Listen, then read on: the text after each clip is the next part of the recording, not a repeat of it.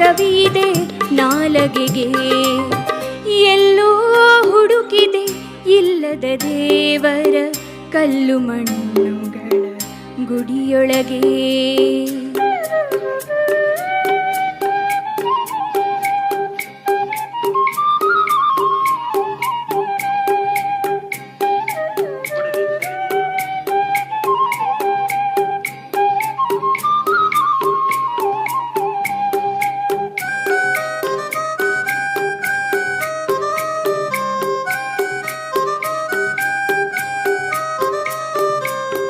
ಹತ್ತಿರವಿತ್ತು ದೂರ ನಿಲ್ಲುವೆವು ನಮ್ಮ ಅಹಮ್ಮಿನ ಕೋಟೆಯಲ್ಲಿ.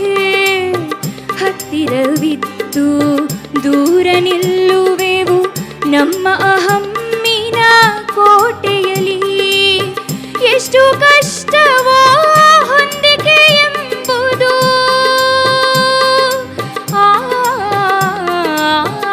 ಎಷ್ಟು ಕಷ್ಟವೋ ಹೊಂದಿಕೆ ಎಂಬುದು ನಾಲ್ಕು ದಿನದ ಈ ಬದುಕಿನಲ್ಲಿ. ನಾಲ್ಕು ದಿನದ ಈ ಬದುಕಿನಲ್ಲಿ ಎಲ್ಲೋ ಹುಡುಕಿದೆ ಇಲ್ಲದ ದೇವರ ಕಲ್ಲು ಮಣ್ಣುಗಳ ಗುಡಿಯೊಳಗೆ. ಇಲ್ಲೇ ಇರುವ ಪ್ರೀತಿ ಸ್ನೇಹಗಳ, ಇಲ್ಲೇ ಇರುವ ಪ್ರೀತಿ ಸ್ನೇಹಗಳ ಗುರುತಿಸದಾದೇನೋ ನಮ್ಮೊಳಗೆ. ಎಲ್ಲೋ ಹುಡುಕಿದೆ ಇಲ್ಲದ ದೇವರ ಕಲ್ಲು ಮಣ್ಣುಗಳ ಗುಡಿಯೊಳಗೆ.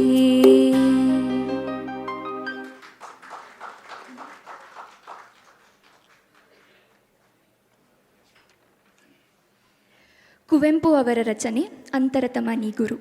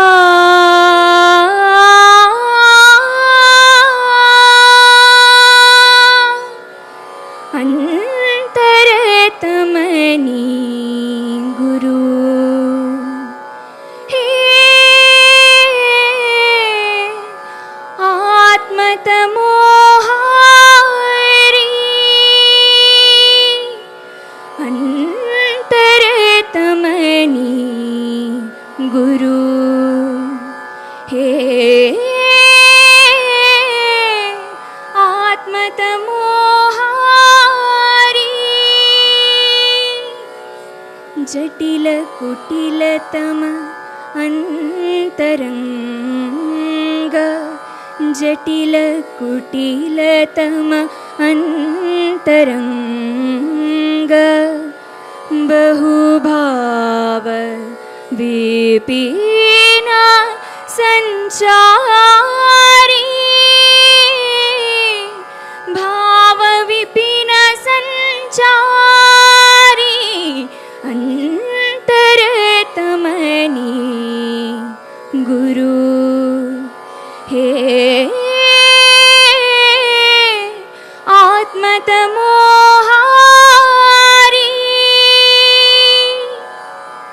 ಜನುಮ ಜನುಮ ಶತಕೋಟಿ ಸಂಸ್ಕಾರ, ಜನುಮ ಜನುಮ ಶತಕೋಟಿ ಸಂಸ್ಕಾರ, ಪರಮ ಚರಮ ಸಂಸ್ಕಾರಿ, ಪರಮ ಚರಮ ಸಂಸ್ಕಾರಿ, ಅಂತರತಮನಿ ಗುರು ಹೇ ಆತ್ಮತಮೋಹಾರಿ. ಪಾಪ ಪುಣ್ಯ ನಾನಾ ಲಲಿತ ರುದ್ರ ಲೀಲಾ, ಆ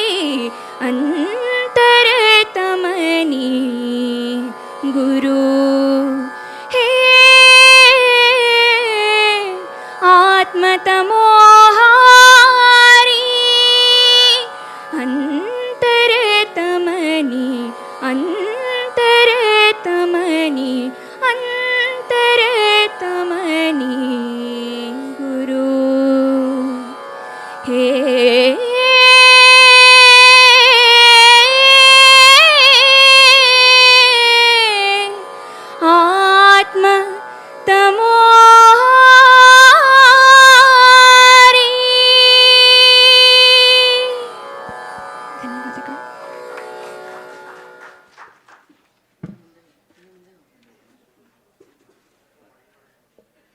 ಮೂಡ್ನಕೂಡು ಚಿನ್ನಸ್ವಾಮಿಯವರ ರಚನೆ ನಮ್ಮ ಎಲುಬಿನ ಹಂದರದೊಳಗೆ.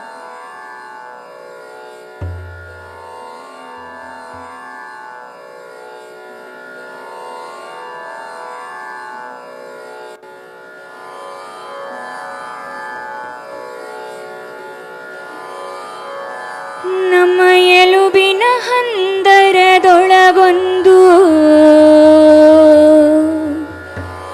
ಮಂದಿರವಿದೆ.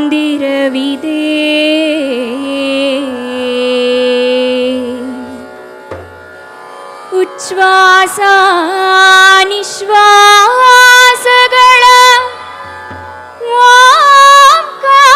ಓಂಕಾರವಿದೆ. ಅಲ್ಲಿದ್ದಾನೆ ರಾಮ, ಅಲ್ಲಿದ್ದಾನೆ ಈಶಾ, ಅಲ್ಲಿ ರಾಮನಿದ್ದಾನೆ, ಅಲ್ಲಿ ಸೀತೆ ಇದ್ದಾಳೆ, ಅಲ್ಲಿ ಈಶನಿದ್ದಾನೆ, ಅಲ್ಲಿ ಗೌರಿ ಇದ್ದಾಳೆ. ನಮ್ಮ ಎಲುಬಿನ ಹಂದರದೊಳಗೊಂದು ಮಸೀದಿ ಇದೆ. ಆಗೋ ಮೇಲೆ ನೋಟ ನಕ್ಷತ್ರ, ಕಣ್ಣಲಗೆ ಚಂದಿರ, ಅಲ್ಲಿದ್ದಾನೆ ಅಲ್ಲ, ಅಲ್ಲಿದ್ದಾಳೆ ಅಲ್ಲ, ಅಲ್ಲಿ ಅಲ್ಲ ಇದ್ದಾನೆ, ಅಲ್ಲಿ ಅಲ್ಲ ಇದ್ದಾಳೆ, ಅಲ್ಲಿ ಅಲ್ಲ ಇದ್ದಾನೆ, ಅಲ್ಲಿ ಅಲ್ಲ ಇದ್ದಾಳೆ. ನಮ್ಮ ಎಲುಬಿನ ಹಂದರದೊಳಗೊಂದು ಈ ಗರ್ಜಿ ಇದೆ. ಅಲ್ಲಿದೆ ಕಶೇರು ಹೆಗಲ ಮೂಳೆಗಳಿಂದಾದ ಶಿಲುಬೆ,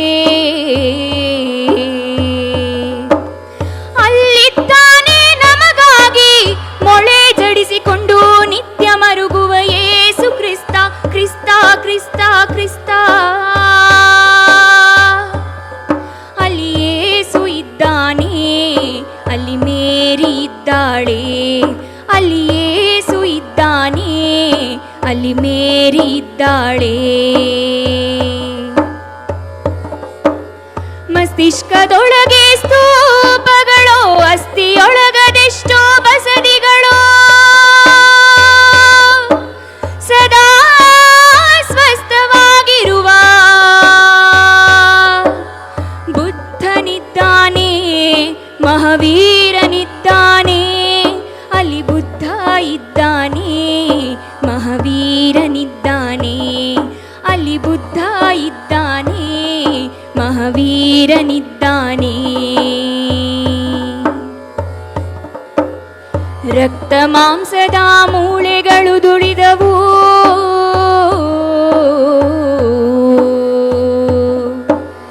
ದೇಗುಲಗಳುಳಿದಿವೆ. ನಮ್ಮ ಎಲುಬಿನ ಹಂದರದೊಳಗೆ ಬೆಚ್ಚನೆಯ ಭಕ್ತಿ ಪಂಜರದೊಳಗೆ,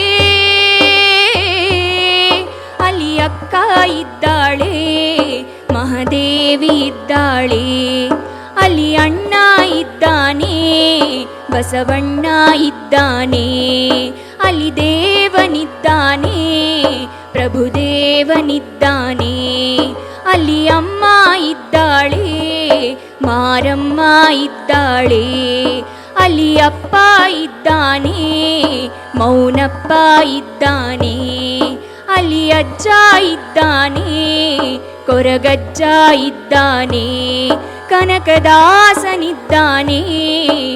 ಕಬೀರನು ಇದ್ದಾನೆ, ಕಲ್ಲುಟ್ಟಿ ಇದ್ದಾಳೆ, ಸಿರಿಯಬ್ಬೆ ಇದ್ದಾಳೆ, ಅಲ್ಲಿ ಕೋಟಿ ಇದ್ದಾನೆ, ಚೆನ್ನಯ್ಯನೂ ಇದ್ದಾನೆ, ಅಲ್ಲಿ ಮಾರಿ ಇದ್ದಾಳೆ, ಅಲ್ಲಿ ಅಲ್ಲಿ ಮೇರಿ ಇದ್ದಾಳೆ, ಅಲ್ಲಿ ಅಮ್ಮ ಇದ್ದಾಳೆ, ಅಲ್ಲಿ ಉಮ್ಮ ಇದ್ದಾಳೆ, ಅಲ್ಲಿ ಮಾರಿ ಇದ್ದಾಳೆ, ಅಲ್ಲಿ ಮೇರಿ ಇದ್ದಾಳೆ, ಅಲ್ಲಿ ಅಮ್ಮ ಇದ್ದಾಳೆ, ಅಲ್ಲಿ ಉಮ್ಮ ಇದ್ದಾಳೆ.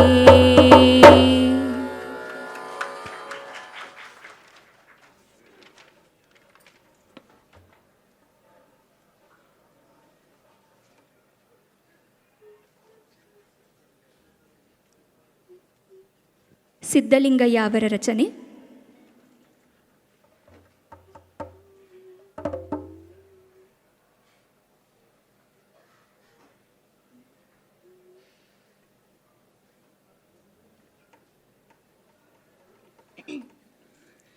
ನಾಡ ನಡುವಿನಿಂದ ಸಿಡಿದ ನೋವಿನ ಕೂಗೆ,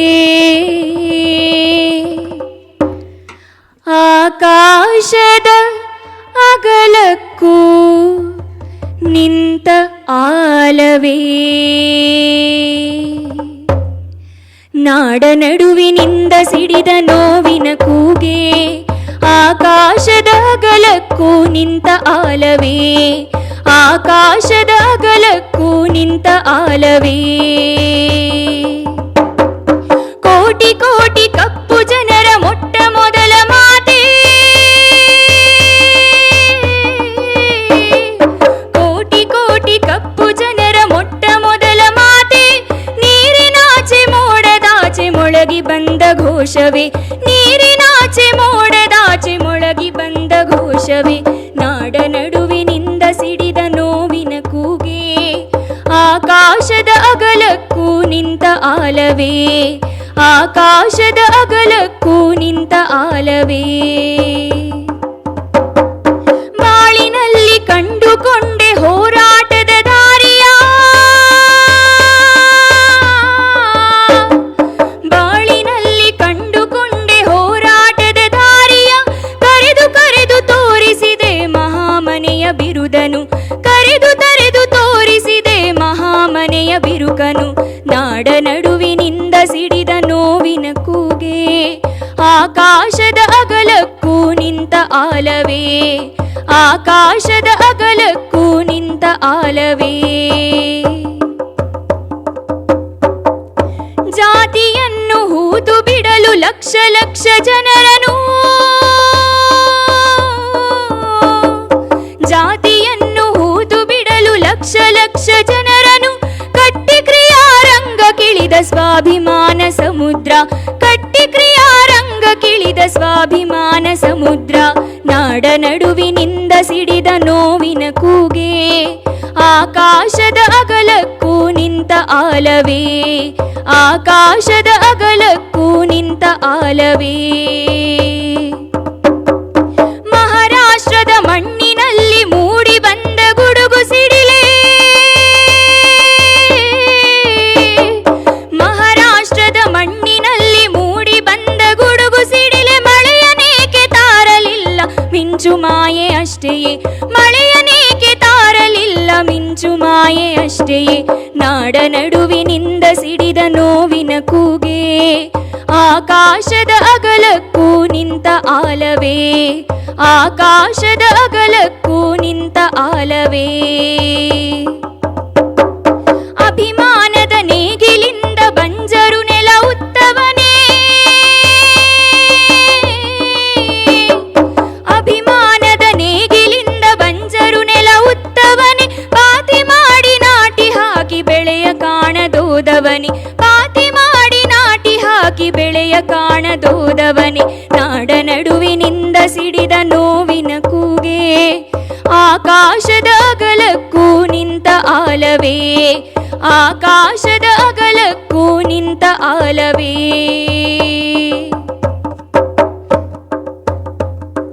ಕಪ್ಪುಕ್ಕಿನ ಕೋಳಗಳನ್ನು ಕಡೆದು ಎಸೆದ ವಜ್ರವೇ, ಕಪ್ಪುಕ್ಕಿನ ಕೋಳಗಳನ್ನು ಕಡೆದು ಎಸೆದ ವಜ್ರವೇ, ಬಂಗಾರದ ಕೋಳೆ ಹೊಕ್ಕ ಮಹಾಬೌದ್ಧ ಭಿಕ್ಷುವೆ, ಬಂಗಾರದ ಕೋಳ ಹೊಕ್ಕ ಮಹಾ ಬೌದ್ಧ ಭಿಕ್ಷುವೆ, ನಾಡ ನಡುವಿನಿಂದ ಸಿಡಿದ ನೋವಿನ ಕೂಗೆ, ಆಕಾಶದ ಅಗಲಕ್ಕೂ ನಿಂತ ಆಲವೇ, ಆಕಾಶದ ಅಗಲಕ್ಕೂ ನಿಂತ ಆಲವೇ. ಮಲಗಿದವರ ಕೂಡಿಸಿದೆ ನಿಲ್ಲಿಸುವವರು ಯಾರೋ, ಮಲಗಿದವರ ಕೂಡಿಸಿದೆ ನಿಲ್ಲಿಸುವವರು ಯಾರೋ, ಛಲದ ಜೊತೆಗೆ ಬಲದ ಪಾಠ ಕಲಿಸುವವರು ಯಾರೋ, ಛಲದ ಜೊತೆಗೆ ಬಲದ ಪಾಠ ಕಲಿಸುವವರು ಯಾರೋ. ನಾಡ ನಡುವಿನಿಂದ ಸಿಡಿದ ನೋವಿನ ಕೂಗೆ, ಆಕಾಶದ ಅಗಲಕ್ಕೂ ನಿಂತ ಆಲವೇ, ಆಕಾಶದ ಅಗಲಕ್ಕೂ ನಿಂತ ಆಲವೇ, ಆಕಾಶದ ಅಗಲಕ್ಕೂ ನಿಂತ ಆಲವೇ. ಧನ್ಯವಾದಗಳು.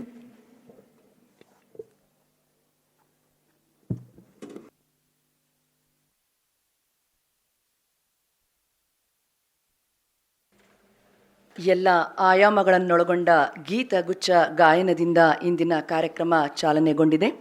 ಇನ್ನು ಮುಂದೆ ಕಾರ್ಯಕ್ರಮಕ್ಕೆ ಸ್ವಾಗತವನ್ನು ಕೋರಿ ಅಂತ ಹೇಳಿ ನಮ್ಮ ನ್ಯಾಷನಲ್ ಕಾಲೇಜಿನ ಸಹ ಪ್ರಾಧ್ಯಾಪಕರಾದ ಡಾಕ್ಟರ್ ನಿಂಗರಾಜರವರಲ್ಲಿ ಕೇಳಿಕೊಳ್ಳುತ್ತೇನೆ.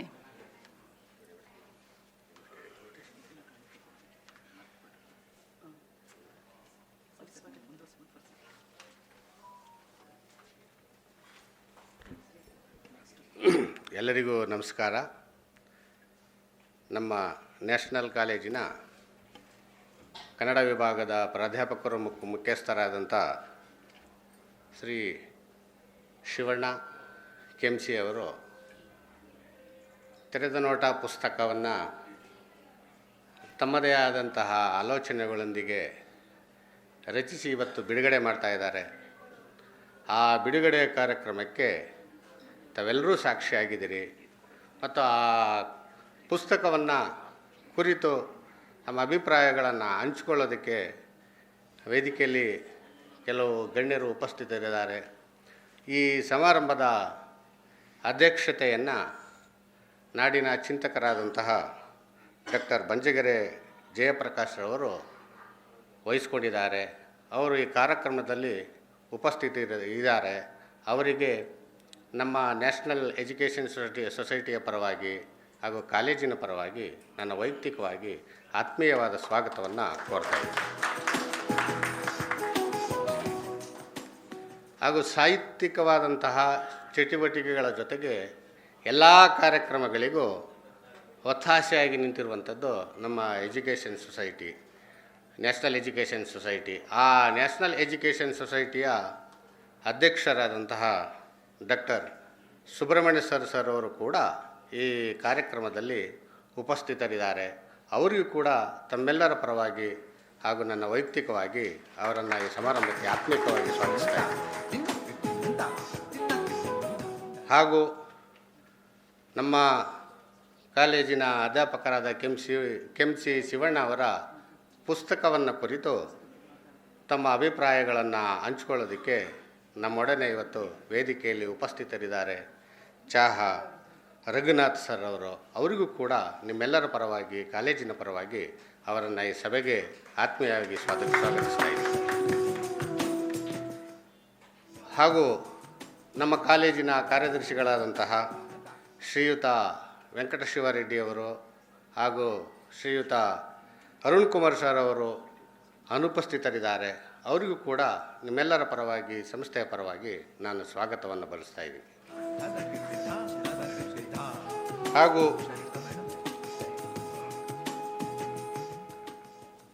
ಪುಸ್ತಕವನ್ನು ಲೋಕಾರ್ಪಣೆಗೊಳಿಸಲು ನಮ್ಮೊಡನೆ ಈ ಸಮಾರಂಭದಲ್ಲಿ ಉಪಸ್ಥಿತರಿದ್ದಾರೆ ಡಾಕ್ಟರ್ ಕೆ ಶರೀಫಾ ಮೇಡಮ್ರವರು. ಅವ್ರಿಗೂ ಕೂಡ ತಮ್ಮೆಲ್ಲರ ಪರವಾಗಿ ಹಾಗೂ ನನ್ನ ವೈಯಕ್ತಿಕವಾಗಿ ಈ ಸಭೆಗೆ ಸ್ವಾಗತವನ್ನು ಕೋರ್ತಾ ಇದ್ದೀನಿ.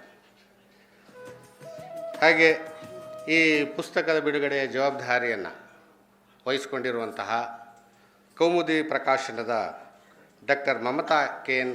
ಮೇಡಮ್ರವರು ಕೂಡ ಈ ಕಾರ್ಯಕ್ರಮದಲ್ಲಿ ಉಪಸ್ಥಿತರಿದ್ದಾರೆ. ಅವರನ್ನು ಕೂಡ ಈ ಸಭೆಗೆ ಆತ್ಮೀಯವಾಗಿ ಸ್ವಾಗತಿಸ್ತಾ ಇದ್ದೀನಿ. ಮತ್ತು ಈ ಇವತ್ತಿನ ಕೇಂದ್ರ ಬಿಂದು ಮತ್ತು ಪುಸ್ತಕದ ಕರ್ತರು ಡಾಕ್ಟರ್ ಶಿವಣ್ಣ ಕೆಂಸಿ ಅವರು ಕೂಡ ಇವತ್ತಿನ ಸಮಾರಂಭದಲ್ಲಿ ಉಪಸ್ಥಿತರಿದ್ದಾರೆ. ಅವ್ರಿಗೂ ಕೂಡ ನಿಮ್ಮೆಲ್ಲರ ಪರವಾಗಿ ಮತ್ತು ನನ್ನ ವೈಯಕ್ತಿಕವಾಗಿ ಈ ಸಭೆಗೆ ಅವರನ್ನು ಸ್ವಾಗತಿಸ್ತಾ ಇದ್ದೀನಿ. ಹಾಗಾಗಿ ಎಲ್ಲ ಮಹನೀಯರು ವೇದಿಕೆಯ ಮುಂಭಾಗದಲ್ಲಿ ಇದ್ದೀರಿ. ಅದರಲ್ಲಿ ನಮ್ಮ ಸಂಸ್ಥೆಯ ನಿಕಟಪೂರ್ವ ಕಾರ್ಯದರ್ಶಿಗಳು doctor N Nagaraj Reddy sir ಕೂಡ ಇಲ್ಲಿ ಈ ಕಾರ್ಯಕ್ರಮಕ್ಕೆ ಬಂದು ಉಪಸ್ಥಿತರಿದ್ದಾರೆ. ಅವ್ರಿಗೂ ಕೂಡ ನಮ್ಮ ಸಂಸ್ಥೆಯ ಪರವಾಗಿ ಹಾಗೂ ನನ್ನ ವೈಯಕ್ತಿಕವಾಗಿ ಸ್ವಾಗತವನ್ನು ಬಯಸ್ತಾ ಇದ್ದೀನಿ. ಹಾಗೆ ಹೆಸರು ಹೇಳ್ತಾ ಹೋದರೆ ಎಲ್ಲರೂ ಕೂಡ ಮಹನೀಯರೇ.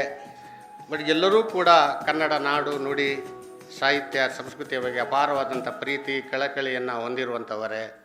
ಹಾಗೂ ಆ ನಿಟ್ಟಿನಲ್ಲಿ ತಮ್ಮದೇ ಆದಂತಹ ಕಾರ್ಯಕ್ಷೇತ್ರಗಳಲ್ಲಿ ನಿರತರಾಗಿರುವಂಥವರು ಮತ್ತು ಸಾಹಿತ್ಯದ ಬಗೆಗೆ ಅಪಾರವಾದಂತಹ ಆಸಕ್ತಿ ಮತ್ತು ಪ್ರೀತಿಯನ್ನು ಹೊಂದಿರುವಂಥ ಎಲ್ಲ ಸಾಹಿತ್ಯ ಆಸಕ್ತರು ಈ ವೇದಿಕೆ ಮುಂಭಾಗ ಹಾಜರಾಗಿದ್ದೀರಿ.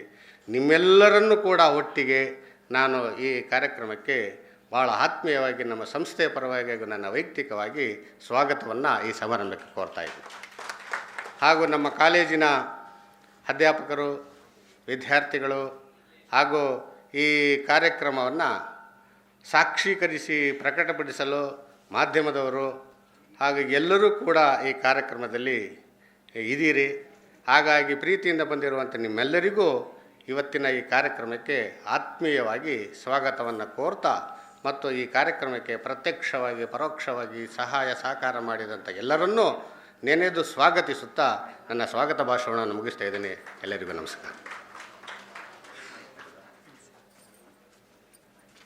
ಧನ್ಯವಾದಗಳು ಸರ್.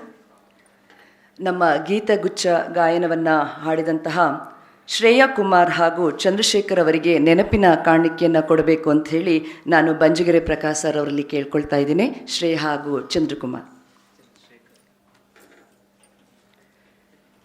ಶ್ರೇಯಾ ಕುಮಾರ್ ಹಾಗೂ ಚಂದ್ರಶೇಖರ್ ಅವರಿಗೆ ನಿಮ್ಮ ಚಪ್ಪಾಳೆಯ ಮೂಲಕ ಅವರಿಗೆ ನಾವು ಧನ್ಯವಾದಗಳನ್ನು ಅರ್ಪಿಸ್ತಾ ಇದ್ದೀವಿ.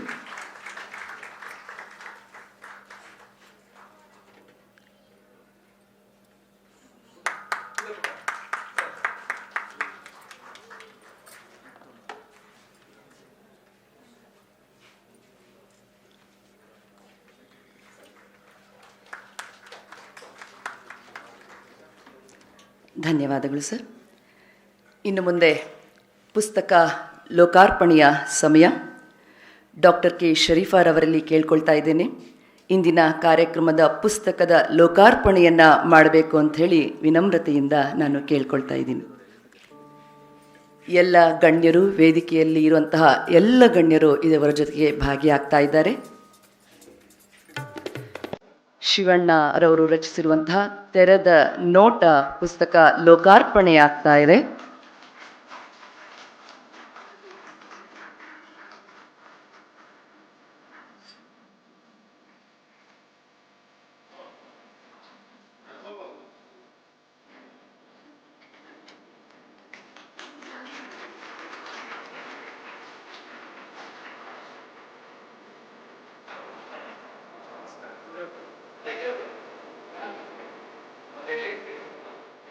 ಅಜಿತ್ ಒಂದು ಲೈಟ್ ಅಂತ ಆಫ್ ಮಾಡಿ.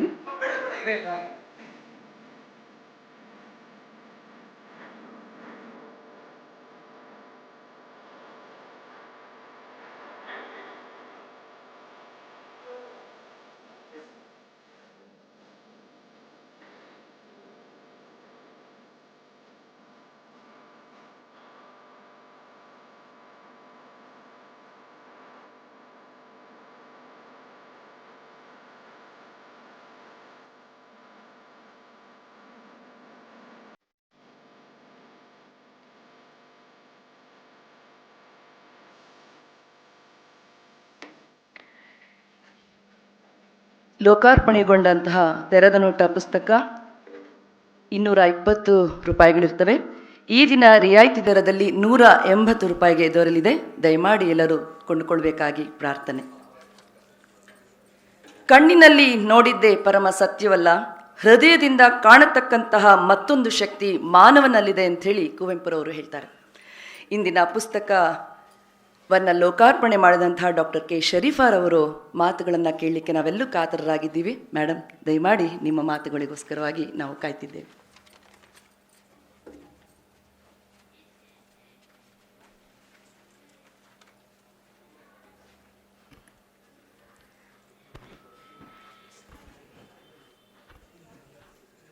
ಎಲ್ರಿಗೂ ನಮಸ್ಕಾರ. ಪುಸ್ತಕ ಬಿಡುಗಡೆ ಕಾರ್ಯಕ್ರಮ ಅಂದರೆ ಕೆಲವು ಜನ ಇರ್ತಾರೆ.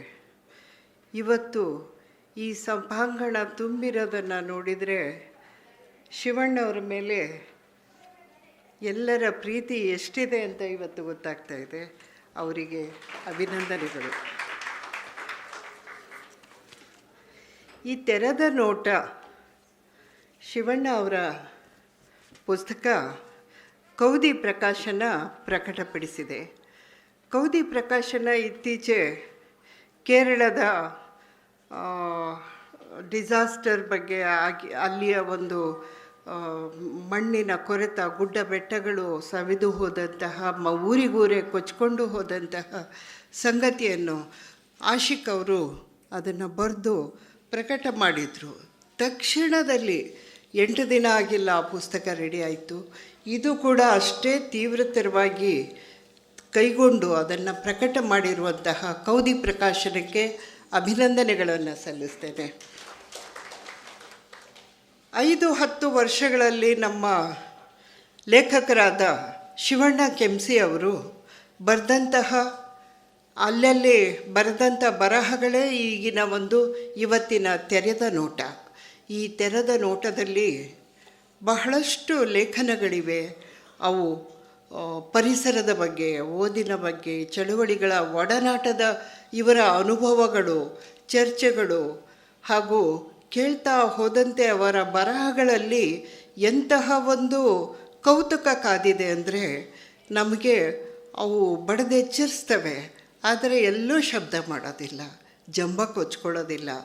ಅವರೇ ಹೇಳ್ದಂಗೆ ಅವರು ಹೇಗೆ ಬರೆಯೋಕ್ಕೆ ಶುರು ಮಾಡಿದರು ಅಂದರೆ ಓದು, ಪರಿಸರ, ಚಳುವಳಿ ಮತ್ತು ಒಡನಾಟ, ಚರ್ಚೆಗಳ ಮೂಲಕ, ಅನುಭವದ ಮೂಲಕ, ಕೇಳುವುದರ ಮೂಲಕ ಕೂಡ ನಾನು ಈ ಬರಹಗಳಲ್ಲಿ ವಿಷಯವನ್ನು ಒಳಗೊಳಿಸಿದ್ದೇನೆ ಅಂತ ಹೇಳಿದ್ದಾರೆ. ಸಾಹಿತ್ಯ ಇಂದು ನಮ್ಮನ್ನು ಒಬ್ಬ ಮನುಷ್ಯನನ್ನಾಗಿ ಬದುಕುವ ಕಲೆಯನ್ನು ಕಲಿಸಿದೆ. ಸಾಹಿತ್ಯ ಅನ್ನೋದು ನಮಗೆ ಮನುಷ್ಯ ಹೇಗೆ ಬದುಕಬೇಕು ಅನ್ನೋದನ್ನು ಕಲಿಸಿದೆ ಅಂತ ಒಂದು ದೊಡ್ಡ ವಿಸ್ತಾರವನ್ನು ಲೇಖಕರು ಅದಕ್ಕೆ ಕೊಡ್ತಾರೆ. ಅಕ್ಷರ ಲೋಕದ ಗಂಧಗಾಳಿಯೂ ಇಲ್ಲದಂತಹ, ಪರಿಸರದಿಂದ ಬಂದಂತಹ ನನ್ನಂತಹ ಬಂಜಿಗೆರೆ, ನಮ್ಮ ಚಹ ರಘುನಾಥ್ ಎಲ್ಲರೂ ಕೂಡ ತುಂಬ ಸಂಕಷ್ಟದಿಂದನೇ ಮೇಲೆ ಬಂದವರು. ಇವತ್ತು ನಾನು ಒಂದು ಅದ್ಭುತವಾದ ವಿಷಯವನ್ನು ತಮಗೆ ಹೇಳಬೇಕು.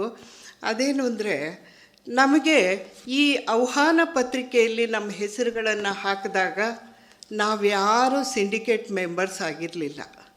ಇವತ್ತು ಇಲ್ಲಿ ವೇದಿಕೆಯಲ್ಲಿರುವ ಚಹ ರಘುನಾಥ್, ಆಮೇಲೆ ಬಂಜಗೆರೆ ಅವರು, ನಾನು ಬೇರೆ ಬೇರೆ ವಿಶ್ವವಿದ್ಯಾನಿಲಯಗಳಿಗೆ ಸಿಂಡಿಕೇಟ್ ಮೆಂಬರ್ ಆಗಿದ್ದೀವಿ.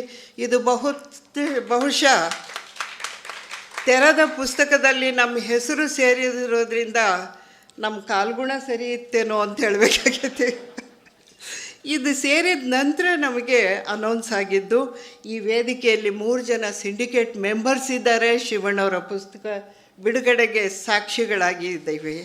ಇಂತಹ ಒಂದು ಸಂದರ್ಭ ನಮಗೆ ಅಪರೂಪದ ಸಂದರ್ಭ ಒದಗಿ ಬಂದಿದೆ. ಅಕ್ಷರದ ಗಂಧಗಾಳಿ ಇಲ್ಲದಂತಹ ನಾವು ಇವತ್ತು ಈ ಹಂತಕ್ಕೆ ಬರೋದಕ್ಕೆ ನಮ್ಮ ಸಂಕಷ್ಟಗಳೇ ಕಾರಣ ಆದವು, ಅಥವಾ ನಾವು ಕಲಿಬೇಕು ಅಂತಕ್ಕಂತಹ ಒಂದು ಒಳಗಿನ ಒತ್ತಾಸೆಯೇ ಕಾರಣ ಆಯಿತು. ಸಾಹಿತ್ಯ ಲೋಕದಲ್ಲಿ ನಮ್ಮ ಶಿವಣ್ಣವರು ಆಕಸ್ಮಿಕವಾಗಿ ತೆರೆದುಕೊಂಡರು. ಆದರೆ ಎಷ್ಟೊಂದು ನಿರ್ಮಳವಾಗಿ, ಶಾಂತವಾದ ದಕ್ಷಿಣದ ನದಿಗಳು ಹರಿಯುವಂತೆ ಇವರ ಬರಹಗಳಿವೆ. ಉತ್ತರದ ನದಿಗಳಿಗೆ ಆ ಶಾಂತತೆ ಇಲ್ಲ. ಅವು ಹಿಮಾಲಯದಿಂದ ಹರಿತವಲ್ವ, ಅವು ತುಂಬ ವೇಗವಾಗಿ ಹರಿತವೆ. ದಕ್ಷಿಣದ ನದಿಗಳು ಮಾತ್ರ ಶಾಂತವಾಗಿ ಹರಿತವೆ. ಹಾಗೆ ನಮ್ಮ ಶಿವಣ್ಣನವರ ಬರಹ ಲೋಕ. ಅತ್ಯಂತ ಸೌಮ್ಯ ಸ್ವಭಾವದ ಇವರು ಬದುಕು ಸಾಹಿತ್ಯ ಬೇರೆ ಬೇರೆ ಅಲ್ಲ ಅಂತ ತಿಳ್ಕೊಂಡವರು. ಬದುಕೇ ಬೇರೆ ಸಾಹಿತ್ಯನೇ ಬೇರೆ ಅಂತ ತಿಳಿದಿಲ್ಲ. ಕೆಲವರು ಹೇಳ್ತಾರೆ, ನಾವು ಬರೆದಿರ್ತಾರೆ, ಆದರೆ ಆತ್ಮಕಥನದಲ್ಲೂ ಕತ್ತರಿ ಹಾಕಿರ್ತಾರೆ. ಸತ್ಯಗಳನ್ನು ಎಷ್ಟೋ ಸಲ ಹೇಳೋಕ್ಕೆ ಆಗಲ್ಲ, ಸುಳ್ಳುಗಳನ್ನೇ ಹೇಳಿರ್ತಾರೆ, ಅಥವಾ ಮೇಲ್ಪದರ ಬರಹಗಳು ಆಗಿರ್ತವೆ. ಇವ್ರದ್ದು ಹಾಗಲ್ಲ, ಮನಸ್ಸಿಂದ ಮನಸ್ಸಿಗೆ ದಾಟಿಸುವಂತಹ ಒಂದು ಬದುಕಿನ ಸಾಹಿತ್ಯ. ಬದುಕೇ ಬೇರೆ ಅಲ್ಲ, ಸಾಹಿತ್ಯವೇ ಬೇರೆ ಅಲ್ಲ ಅಂತಕ್ಕಂಥ ಧೋರಣೆ ಇವ್ರದ್ದು. ಇವರ ಬರಹಗಳಲ್ಲಿ ವೈಚಾರಿಕತೆ ಭಾಳ ಸ್ಪಷ್ಟವಾಗಿದೆ. ಹಂತ ಹಂತವಾಗಿ ವಿಷಯ ಮಂಡಿಸುವ ಇವರ ರೀತಿ ಇದೆಯಲ್ಲ, ಅದು ಭಾಳ ಸಂಯಮದ ಬರಹ ಆಗಿದೆ. ಉದಾತ್ತವಾದ ಮನೋಭೂಮಿಕೆಯಲ್ಲಿ ಸಿದ್ಧವಾದಂತಹ ಇಲ್ಲಿಯ ಬರಹಗಳು ಬಹಳ ಸಮೃದ್ಧವಾದ ವಿಚಾರಗಳನ್ನು ಹೊಂದಿ ಜನರಿಗೆ ಬೇಕಾದಂಥದ್ದನ್ನು ಕೊಡುವಂತಹ ಕೆಲಸ ಮಾಡ್ತವೆ. ನಾವು ಅಂದ್ಕೊಂಡಾಗೆ ಈ ತೆರೆದ ನೋಟದಲ್ಲಿ 2 ಭಾಗಗಳಿದ್ದಾವೆ. ಒಂದು ಬರಹಗಳಿದ್ದಾವೆ, ಬೇರೆಯವರ ಕಾದಂಬರಿ, ಕಥೆ, ಕವನಗಳನ್ನು ವಿಮರ್ಶೆ ಮಾಡಿದ್ದಿದೆ. 2ನೇ ಭಾಗದಲ್ಲಿ ಬೇರೆ ಬರ್ತವೆ. ತೇಜಸ್ವಿಯವರ ಚಿದಂಬರ ರಹಸ್ಯ, ಇದರ ಬಗ್ಗೆ ಮಾತಾಡೋದಕ್ಕೆ ನಮ್ಮ ಚಹಾ ರಘುನಾಥ್ ಅವರು ವಿವರವಾಗಿ ಮಾತಾಡ್ತಾರೆ. ನಾನು ಸ್ವಲ್ಪ ಸಂಕ್ಷಿಪ್ತಗೊಳಿಸಿ ಮಾತಾಡ್ತೀನಿ. ಚಂಪಾರವರ ನಾಟಕಗಳ ಬಗ್ಗೆ, ಬರ್ಗೂರವರ ಭರತನಗರಿ, ಕೃಷ್ಣಮೂರ್ತಿ ಹಾನೂರವರ ಕನ್ನಮರಿ, ಶಿವರಾಮ್ ಕಾಡನ್ಕುಪ್ಪೆಯವರ ನೀಲಿ ಚಂದ್ರಮ, ಚಂದ್ರಶೇಖರ್ ಮಂಡೆಕೋಲು ಅವರ ಮೊಟ್ಟ ಮೊದಲ ವೈದ್ಯೆಯಾದಂತಹ ನಮ್ಮ ದೇಶದ ಆನಂದಿಬಾಯಿ ಜೋಶಿಯವರ ಬರಹಗಳನ್ನು, ಪುಸ್ತಕಗಳನ್ನು ವಿಮರ್ಶೆ ಮಾಡಿದ್ದಿದೆ ಅಲ್ಲ, ಬಹಳ ಅದ್ಭುತವಾದ ರೀತಿ. 2ನೇ ಭಾಗದಲ್ಲಿ ಬಹಳ ಆಕರ್ಷಕವಾಗಿ ನನಗೆ ಕಂಡಿದ್ದು ಅಂದರೆ ಕೊಳ್ಳೆಗಾಲದ ಮಾಟ, ಮಂತ್ರ, ಭೂತಗಳ ಬಗ್ಗೆ. ಮತ್ಸ್ಯೋದ್ಯಮ, ಕವಿ ಸಿದ್ಧಲಿಂಗಯ್ಯನವರ ಸಂದರ್ಶನವೂ ಅದರಲ್ಲಿ ಸೇರಿದೆ. ಲೋಹಿಯಾ ಅವರ ಸಮಾಜವಾದಿ ವಿಚಾರಗಳೂ ಇದ್ದಾವೆ. ಮಂಗಳೂರು ವಿಜಯ ಅವರನ್ನು ಯಾರೂ ಇಲ್ಲಿವರೆಗೂ ಮಾತನಾಡಿಸಿಲ್ಲ, ಅವ್ರ ಬಗ್ಗೆ ಬರೆದಿಲ್ಲ. ಒಬ್ಬ ಸಂತನಂತೆ ಬದುಕಿದಂತಹ ಮಂಗಳೂರು ವಿಜಯ ಅವರ ಬದುಕು ಬರಹದ ಬಗ್ಗೆ ಕೂಡ ಶಿವಣ್ಣವರು ಬರೆದಿದ್ದಾರೆ. ಟಿಪ್ಪುವಿನ ಕನಸು ಅಂತಕ್ಕಂತಹ ಲೇಖನ, ಕಂಬಾರರ ವೃತ್ತಿ ಪದಕೋಶದ ವಿಶ್ಲೇಷಣೆಗಳು ಇಲ್ಲಿ ನಮಗೆ ಸಿಗ್ತವೆ. ಇವರ ಒಟ್ಟಾರೆ ಬರಹಗಳಲ್ಲಿ ಸೃಜನಶೀಲತೆ ಮತ್ತು ಕ್ರಿಯಾಶೀಲತೆಗಳು, ಅವುಗಳ ಜೊತೆಗೆ ಸರಳವಾದ ಭಾಷೆ, ತಾಯ್ತನದ ನಡೆಯನ್ನು ನಾವು ಗುರುತಿಸಬಹುದಾಗಿದೆ. ಲೇಖಕ ಎಲ್ಲಿಯೂ ಕೂಡ ಅಗ್ರೆಸಿವಾಗಿ ವಿಷಯ ಮಂಡನೆ ಮಾಡೋದಿಲ್ಲ. ಅವರು ಮೆಲುದನಿಯ ಮಾತೃಹೃದಯ ಅಂತಲೇ ನಾನು ಕರಿತೇನೆ. ಮೆಲುದನಿಯ ಮಾತೃಹೃದಯ ಬರಹಗಾರ ಅಂತಲೇ ಕರಿತೇನೆ. ಅವರು ಭಾಷೆಯ ಕುರಿತಾಗಿ ಬಹಳ ಆಳವಾದ ಅಧ್ಯಯನ ನಡೆಸಿ ಬರೆದಂತಹ ಬರಹಗಳಿದ್ದಾವೆ. ಪ್ರಭುತ್ವ ಮತ್ತು ಜನಭಾಷೆಗಳ ಕುರಿತ ಸಂಘರ್ಷ ಬಹಳ ಮೌಲಿಕವಾದ ಬರಹ ಇವರು ಬರೆದಿದ್ದಾರೆ. ಅದು ಪ್ರಭುತ್ವ ಮತ್ತು ಜನಭಾಷೆಗಳ ಕುರಿತಂತಹ ಒಂದು PhD ಥೀಸಿಸ್, ನಮ್ಮ ರಂಗನಾಥ ಕಂಠನ್ಕುಂಟೆ ಅವರ ಥೀಸಿಸ್ ಬಗ್ಗೆ ವಿಮರ್ಶಾ ಬರಹ ಅದು. ಅಲ್ಲಿ ನಾವು ಪ್ರಭುತ್ವ ಭಾಷೆಯನ್ನು ಹೇಗೆ ಬಳಸ್ಕೊಳ್ತಾ ಇದೆ ಅಂತ ಅನ್ನೋದನ್ನು ಕಂಡ್ರೆ, ನಾವು ಮೊಘಲರು ಪರ್ಷಿಯನ್ ಮತ್ತು ಉರ್ದುವನ್ನು ಬಳಸ್ತಾರೆ ಅವರ ಆಳ್ವಿಕೆಯಲ್ಲಿ. ಬ್ರಿಟಿಷರು ಬಂದಾಗ ಯಾವ ಭಾಷೆ ಇತ್ತು? ಇಂಗ್ಲೀಷ್ ಇತ್ತು. ಕರ್ನಾಟಕದಲ್ಲಿ ಕನ್ನಡಿಗರೇ ಸರ್ಕಾರ ನಡೆಸ್ತಿರೋವಂಥ ಸಂದರ್ಭದಲ್ಲಿ ಕನ್ನಡ ನಮ್ಮ ರಾಜ್ಯಭಾಷೆ ಇದೆ. ಪ್ರಭುತ್ವವು ಯಾವತ್ತೂ ಜನಭಾಷೆಗಳ ಮೇಲೆ ದಾಳಿ ಮಾಡಿದೆ. ಜನಭಾಷೆಗಳು ಯಾವತ್ತೂ ಸಹ ಉಳಿಬೇಕು. ಅವು ಪ್ರಭುತ್ವದ ಒಂದು ಅಡಿಯಾಳಾಗಿ ಕೆಲವು ಮೇಲ್ವರ್ಗದ ಜನಗಳು, ಮೇಲಿನ ಜನಗಳು, ಅಧಿಕಾರವನ್ನು ಆಸೆ ಪಡುವಂತಹ ಜನಗಳು ಈ ಪ್ರಭುತ್ವದ ಅಡಿಯಾಳಾದರೆ, ಇಲ್ಲಿ ಪ್ರಭುತ್ವದ ಅಡಿಯಾಳು ಜನಭಾಷೆ ಆಗೋದಿಲ್ಲ ಅಂತನ್ನೋ ಸತ್ಯನ ಬಹಳ ಚೆಂದ ಅವರು ಹೇಳಿದ್ದಾರೆ. 2ನೇ ಭಾಗದಲ್ಲಿ ಬರ್ತಕ್ಕಂತಹ ಈ ಮಾಟ, ಮಂತ್ರ, ಕೊಳ್ಳೆಗಾಲದ ಭೂತ, ಇವುಗಳ ಬಗ್ಗೆ ತುಂಬ ಚೆಂದ ಬರೆದಿದ್ದಾರೆ. ಈ ಭಾಷೆಯ ಬಗ್ಗೆ ನಾವು ಹೇಳಬೇಕಾದ್ರೆ, ಕನ್ನಡ ಊರು ಯಾವುದು ಸರ್ ನಿಮ್ಮ? ಮಳವಳ್ಳಿ ಕನ್ನಡ ಬಗ್ಗೆ ಒಂದು ಒಳ್ಳೆಯ ಲೇಖನ ಇದೆ. ಆ ಮಳವಳ್ಳಿ ಕನ್ನಡದಲ್ಲಿ ಹೇಗೆ ಉಚ್ಚಾರಣೆಗಳಿದ್ದಾವೆ, ಇದು ಪಠ್ಯದಲ್ಲಿ ಬರ್ತಕ್ಕಂತಹ ಭಾಷೆ ಸರಿಯೋ ಅಥವಾ ಈ ಮಳವಳ್ಳಿಯ ಜನ ಮಾತಾಡುವಂತಹ ಹಾಲಿಗೆ ಹಾಲು ಅನ್ನೋದು. ನಾವು ಬೀದರ್ಗೆ ಹೋದರೆ ಚಹಾ ಕುಡಿದು ಹೋಗ್ರಿ ಅನ್ನಂಗಿಲ್ಲ ಅವರು, ಚಹಾ ಕೊಂಡೋಗ್ರಿ. ಚಹಾ ಕೊಂಡೋಗ್ರಿ ಅಂದ್ರೇನು ಕೊಂಡ್ಕೋಬೇಕಾ? ಇಲ್ಲ, ಅದು ಚಹಾ ಕುಡಿದು ಹೋಗ್ರಿ ಅಂತ. ನನ್ನ ಗೆಳತಿ ಒಬ್ಬಳು ಡಾಕ್ಟ್ರಾಗಿ ಹೋಗಿದ್ಲು ಬೀದರ್ಗೆ. ಅವರು ಉರಿ ಬಂದವ್ರಿ ಅಂತ ಬರೋರಂತ. ಏನು ಬಂದವು ಉರಿ ಬಂದವು ಅಂದರೆ, ಕೊನೆಗೆ ಅವಳಿಗೆ ಸಮಸ್ಯೆ ಆಗಿ ಕೇಳಿದ, ಉರಿ ಬಂದವು ಅಂದರೆ ಜ್ವರ ಬಂದವು ಅಂತ. ಇಂತಹ ಪಾರಿಭಾಷಿಕ ಪದಗಳು ಜನರು ಬಳಸ್ತಾ ಇರ್ತಾರಲ್ಲ, ಇದು ಬಹಳ ಅದ್ಭುತವಾಗಿ ನಮ್ಮ ಇವರು ಬರೆದಿದ್ದಾರೆ. ಅದರಲ್ಲಿ ಕೆಲವು ಹೆಂಗೆ ಅಂದರೆ, ತಳಾರ್ಕೆ ಅಂದರೆ ತಡವಾಗಿ ಅಂತ ಮಂಡ್ಯದ ಭಾಷೆಯಲ್ಲಿ, ಹಾಲು ಅಂದರೆ ಹಾಲು, ಆಮು ಅಂದರೆ ಹಾವು, ಆಮು ಅಲ್ಲಿ ಮಳವಳ್ಳಿಯ ಭಾಷೆಯಲ್ಲಿ, ಸಂಕ ಅಂದರೆ ಶಂಕರನಿಗೆ ಸಂಕ ಅಂತ ಕರೆಯೋದು. ಇಂತಹ ಭಾಷಾ ವೈಶಿಷ್ಟ್ಯ ಇದೆಯಲ್ಲ, ಆ ವೈಶಿಷ್ಟ್ಯವನ್ನು ಬಹಳ ಸುಂದರವಾಗಿ ಅವರು ತಮ್ಮ ಬರಹಗಳಲ್ಲಿ ಹೇಳಿದ್ದಾರೆ.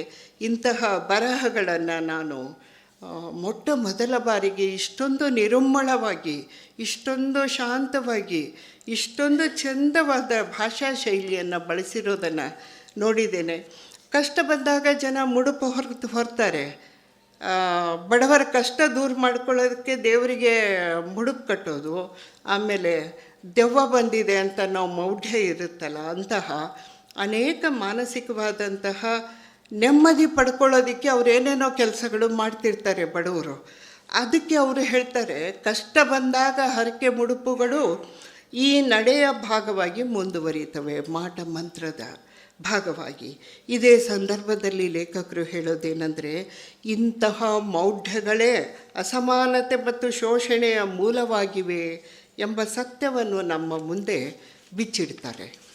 ಇಂತಹ ಸತ್ಯಗಳು ನಮ್ಮ ಮುಂದೆ ಬಿಚ್ಚಿಡುವ ಶಿವಣ್ಣನವರ ಬರಹಗಳು ಹೃದಯದಿಂದ ಮಿದುಳಿಗೆ ರವಾನೆ ಆಗ್ತವೆ. ಮಿದುಳಿಗೆ ಪ್ರಾಮಾಣಿಕ ಸಂವೇದನೆಗಳ ಹೊರರೂಪವಾಗಿ ಈ ಬರಹಗಳು ಬಂದಿವೆ. ಅವರ ಪ್ರಾಮಾಣಿಕ ಅನಿಸಿಕೆ, ಕಳಕಳಿ ಇಲ್ಲಿ ಎದ್ದು ಕಾಣ್ತದೆ. ನಾವು ಪ್ರಶ್ನೆಗಳನ್ನು ಕೇಳೋದು ಮಿದುಳಿನಿಂದ.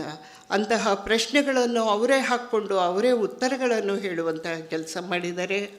ಅವರ ಬರಹಗಳಿಗೆ ಹಲವಾರು ಪ್ರಶ್ನೆಗಳನ್ನೇ ಎತ್ತುತ್ತಲೇ ಓದುಗ ಬಳಗಕ್ಕೆ ನಿರಾಳಗೊಳಿಸುವಂತಹ ಮಾಂತ್ರಿಕ ಶಕ್ತಿ ಅವರ ಬರಹಗಳಿಗಿದೆ. ನೈತಿಕ ಔಚಿತ್ಯವನ್ನು ಪ್ರಶ್ನಿಸ್ತಾನೆ ವಿಷಯವನ್ನು ಮುಕ್ತವಾಗಿ ಚರ್ಚಿಸುವಂತಹ ಈ ತೆರೆದ ನೋಟ ಪುಸ್ತಕ ನಮ್ಮ ಕೈಗಿದೆ.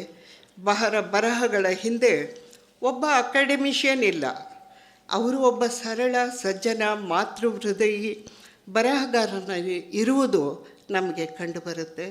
ಸಮಾಜದ ಕಾಲಕಾಲದ ಸ್ಥಿತ್ಯಂತರಗಳನ್ನು ಅರಗಿಸ್ಕೊಂಡು ಅವನ್ನೆಲ್ಲ ಅವಲೋಕಿಸ್ತಾ ಲೋಕದ ಕಟು ಸತ್ಯಗಳನ್ನು ಬಹಳ ಸರಳವಾಗಿ ನಮ್ಮ ಮುಂದೆ ಬಿಚ್ಚಿಡುವ ಅವರ ಕಲೆ ಬಹಳ ಅನನ್ಯವಾಗಿದೆ ಅಂತಲೇ ನಾನು ತಿಳ್ಕೊಂಡಿದ್ದೀನಿ. ನಮ್ಮ ಮಧ್ಯದ ಅಪರೂಪದ ಬರಹಗಾರ ಮಂಗಳೂರು ವಿಜಯ್ ಅವರ ಬಗ್ಗೆ ಬರೆದಿರೋದು ನನಗೆ ಭಾಳ ಖುಷಿ ಕೊಡ್ತು. ಯಾಕೆಂದರೆ ನಾನು ಗುಲ್ಬರ್ಗದಲ್ಲಿ 1980ರಲ್ಲಿದ್ದಾಗ ಅವರು ಕೂಡ, ವಿಜಯ್ ಕೂಡ ಗುಲ್ಬರ್ಗನಲ್ಲೇ ಇದ್ದರು. ಎಂತಹ ಸಜ್ಜನ ವ್ಯಕ್ತಿ ಅಂದರೆ ಅವರ ಬಗ್ಗೆ ಯಾರೂ ಬರೆದಿರಲಿಲ್ಲ. ನಮ್ಮ ಶಿವಣ್ಣವರು ಬರೆದಿರೋದು ಖುಷಿಯಾಯಿತು. ಅವರ ಬರಹಗಳಲ್ಲಿ ಕ್ಷೇತ್ರದ ಅಧ್ಯಯನಗಳನ್ನು ಮಾಡಿದ್ದಾರೆ ಮತ್ತು ಮಾತುಕತೆ, ಚಿಂತನೆ, ಸಾಂಸ್ಕೃತಿಕ ಬರಹಗಳು ಇವು ಈ ಪುಸ್ತಕ ಒಳಗೊಂಡಿದೆ. ಈ ಕೃತಿಯ ಚಂದ ಅಂದರೆ ಸರಳತೆ ಮತ್ತು ನಿಧಾನಗತಿಯ ವಿಷಯ ಪ್ರವೇಶ, ಅಪರೂಪದ ಒಳನೋಟಗಳನ್ನು ಹೊಂದಿರುವಂತಹ ಈ ಕೃತಿ ಓದುಗರ ಮನಸ್ಸು ಗೆದ್ದು ಮಿದುಳಿಗೂ ಕೆಲಸ ಕೊಡುತ್ತೆ. ಬರೀ ಮನಸ್ಸು ಗೆಲ್ಲೋದು ಮಾತ್ರ ಅಲ್ಲ, ಮಿದುಳಿಗೂ ಕೆಲಸ ಕೊಡುವಂತಹ ಅನನ್ಯ ಶಕ್ತಿ ಇದಕ್ಕಿದೆ. ಇಲ್ಲಿಯ ಭಾಷೆ, ನಂಬಿಕೆ, ಆಚರಣೆ, ಕುಲಕಸುಬುಗಳ ಬಗ್ಗೆ ಹೊಸ ನೋಟ ನೀಡುತ್ತವೆ. ಯಾವ ಕ್ಲೀಶೆ ಪರಿಭಾಷೆಗಳಿಲ್ಲದೆ ಸಹಜ ಒಳನೋಟಗಳನ್ನು ಹಿಡಿದಿಡುವಂತಹ ಕೃತಿ ಇದು. ಈ ತೆರೆದ ನೋಟ ಎಲ್ಲರೂ ಕೊಂಡು ಓದಲೇಬೇಕಾಗಿದೆ. ನಮ್ಮ ಗೆಳತಿ ಮಮತಾ ಅವರು ಇದನ್ನು ಪ್ರಕಟ ಮಾಡಿ ಒಂದು ಒಳ್ಳೆಯ ಪುಸ್ತಕಗಳ ಸಾಲಿಗೆ ಇದನ್ನು ಸೇರಿಸಿದ್ದಾರೆ. ಅವರಿಗೂ ಲೇಖಕರಿಗೂ ಅಭಿನಂದಿಸ್ತಾ ನನ್ನ ಮಾತುಗಳಿಗೆ ವಿರಾಮ ಹೇಳ್ತೇನೆ. ನಮಸ್ಕಾರ.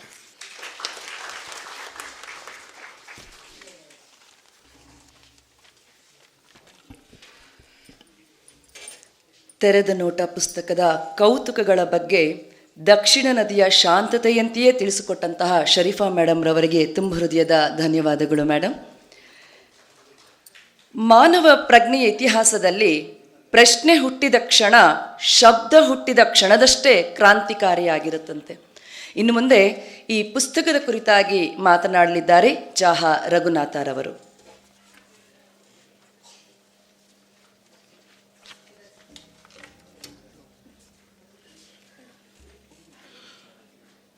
ಎಲ್ರಿಗೂ ನಮಸ್ಕಾರ. ಮೊದಲಿಗೆ ಶಿವಣ್ಣ ಕೆಂಸಿ ಅವರಿಗೆ ಈ ಪುಸ್ತಕದ ಕಾರಣಕ್ಕಾಗಿ ಅಭಿನಂದನೆಗಳನ್ನ ಹೇಳಲಿಕ್ಕೆ ಬಯಸ್ತೇನೆ.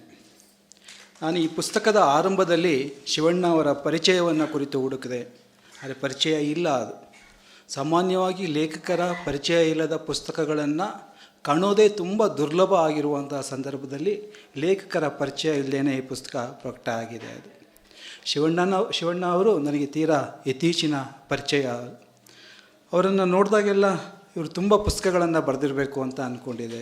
ಇಲ್ಲಿ ಪರಿಚಯ ಕಾಣಿಸ್ಲಿಲ್ವಲ್ಲ, ಇದು ನಿಮ್ಮ ಎಷ್ಟನೇ ಪುಸ್ತಕ ಅಂತ ಕೇಳಿದೆ. ನನ್ನ ಮೊದಲನೇ ಪುಸ್ತಕ ಸರ್ ಅಂತ. ಈ ಮೊದಲನೇ ಪುಸ್ತಕ ಅನ್ನುವಂತಹದ್ದು ಒಂದು ಸಂಭ್ರಮ ಇದೆಯಲ್ಲ, ಮತ್ತು ಅವರು ಇಷ್ಟು ವರ್ಷಗಳ ಸಾಹಿತ್ಯದ ಒಡನಾಟದ ನಂತರ ಒಂದು ಕಾದು ಈ ಪುಸ್ತಕವನ್ನು ಪ್ರಕಟ ಮಾಡ್ತಾ ಇದ್ದೀರಲ್ಲ, ಆ ಸಂಯಮ ಇದೆಯಲ್ಲ, ಆ ಎರಡೂ ತುಂಬ ವಿಶೇಷ ಅಂತ ನಾನು ಭಾವಿಸ್ತೇನೆ. ನಾವೆಲ್ಲರೂ ಸಾಹಿತ್ಯದ ವಿದ್ಯಾರ್ಥಿಗಳು ಒಂದು ಕಡೆ ಸೇರಿದಾಗ ಕನ್ನಡ ಸಾಹಿತ್ಯದಲ್ಲಿ ಒಂದು ವಿಮರ್ಶೆ ಅನ್ನುವಂಥದ್ದು ಒಂದು ಗೈರು ಹಾಜರಿಯ ಬಗ್ಗೆ ತುಂಬ ಆತಂಕದಿಂದ ಮಾತಾಡ್ತಾ ಇರ್ತೇವೆ. ಯಾವಾಗಲೂ ವಿಮರ್ಶೆ ಅನ್ನುವಂಥದ್ದು ಇಲ್ಲ, ಅಥವಾ ಅದು ಇವತ್ತು ದೊಡ್ಡ ಪ್ರಮಾಣದಲ್ಲಿ ಸಾಹಿತ್ಯ ಸೃಷ್ಟಿಯಾಗ್ತಾ ಇದೆಯಲ್ಲ, ಅದಕ್ಕೆ ತಕ್ಕ ಸ್ಪಂದನ ವಿಮರ್ಶಕರಿಂದ ಅಥವಾ ವಿಮರ್ಶೆಯಿಂದ ದೊರಕ್ತಾ ಇಲ್ಲ ಅಂತ. ಮತ್ತು ಇವತ್ತಿನ ಸಾಹಿತ್ಯವನ್ನು ವಿಮರ್ಶಿಸಲಿಕ್ಕೆ ಅಗತ್ಯವಾದ ಮಾನದಂಡಗಳನ್ನು ಇವತ್ತಿನ ವಿಮರ್ಶೆ ರೂಪಿಸ್ಕೊಂಡಿಲ್ಲ ಅಂತ. ಹೀಗೆ ಅನೇಕ ದೂರುಗಳು, ಜಿಜ್ಞಾಸೆಗಳು, ಚರ್ಚೆಗಳು ನಡೀತಾ ಇರೋ ಸಂದರ್ಭದಲ್ಲಿ ಈ ಪುಸ್ತಕ ಪ್ರಕಟ ಆಗ್ತಾ ಇರೋದು ಒಂದು ವಿಶೇಷ ಅಂತಲೇ ನಾನು ಭಾವಿಸ್ತೇನೆ. ನಾನು ಈ ಮಾತನ್ನು ಯಾಕೆ ಹೇಳ್ತೇನೆ ಅಂದರೆ, ಪ್ರತಿದಿನವೂ ನಾಡಿನ ಒಂದಲ್ಲ ಒಂದು ಭಾಗದಲ್ಲಿ ಒಂದಲ್ಲ ಒಂದು ಪುಸ್ತಕ ಬಿಡುಗಡೆ ಸಮಾರಂಭ ನಡೀತಾನೆ ಇರುತ್ತೆ. ಆದರೆ ಆ ಪುಸ್ತಕ ಬಿಡುಗಡೆ ಸಮಾರಂಭಗಳು ಕಾವ್ಯದ ಪುಸ್ತಕಗಳಾಗಿರುತ್ತೆ, ಕವಿತೆಯ ಪುಸ್ತಕಗಳಾಗಿರುತ್ತೆ, ಅಪರೂಪಕ್ಕೆ ಕಾದಂಬರಿಯ ಪುಸ್ತಕಗಳು ಆಗಿರ್ಬೋದು. ಆದರೆ ವಿಮರ್ಶೆಯ ಪುಸ್ತಕಗಳಿರ್ತಾವಲ್ಲ, ಅಂತಹ ಪುಸ್ತಕಗಳಿಗೆ ಒಂದು ಬಿಡುಗಡೆಯ ಭಾಗ್ಯ ಸಿಗುವಂಥದ್ದು ತೀರಾ ಅಪರೂಪ.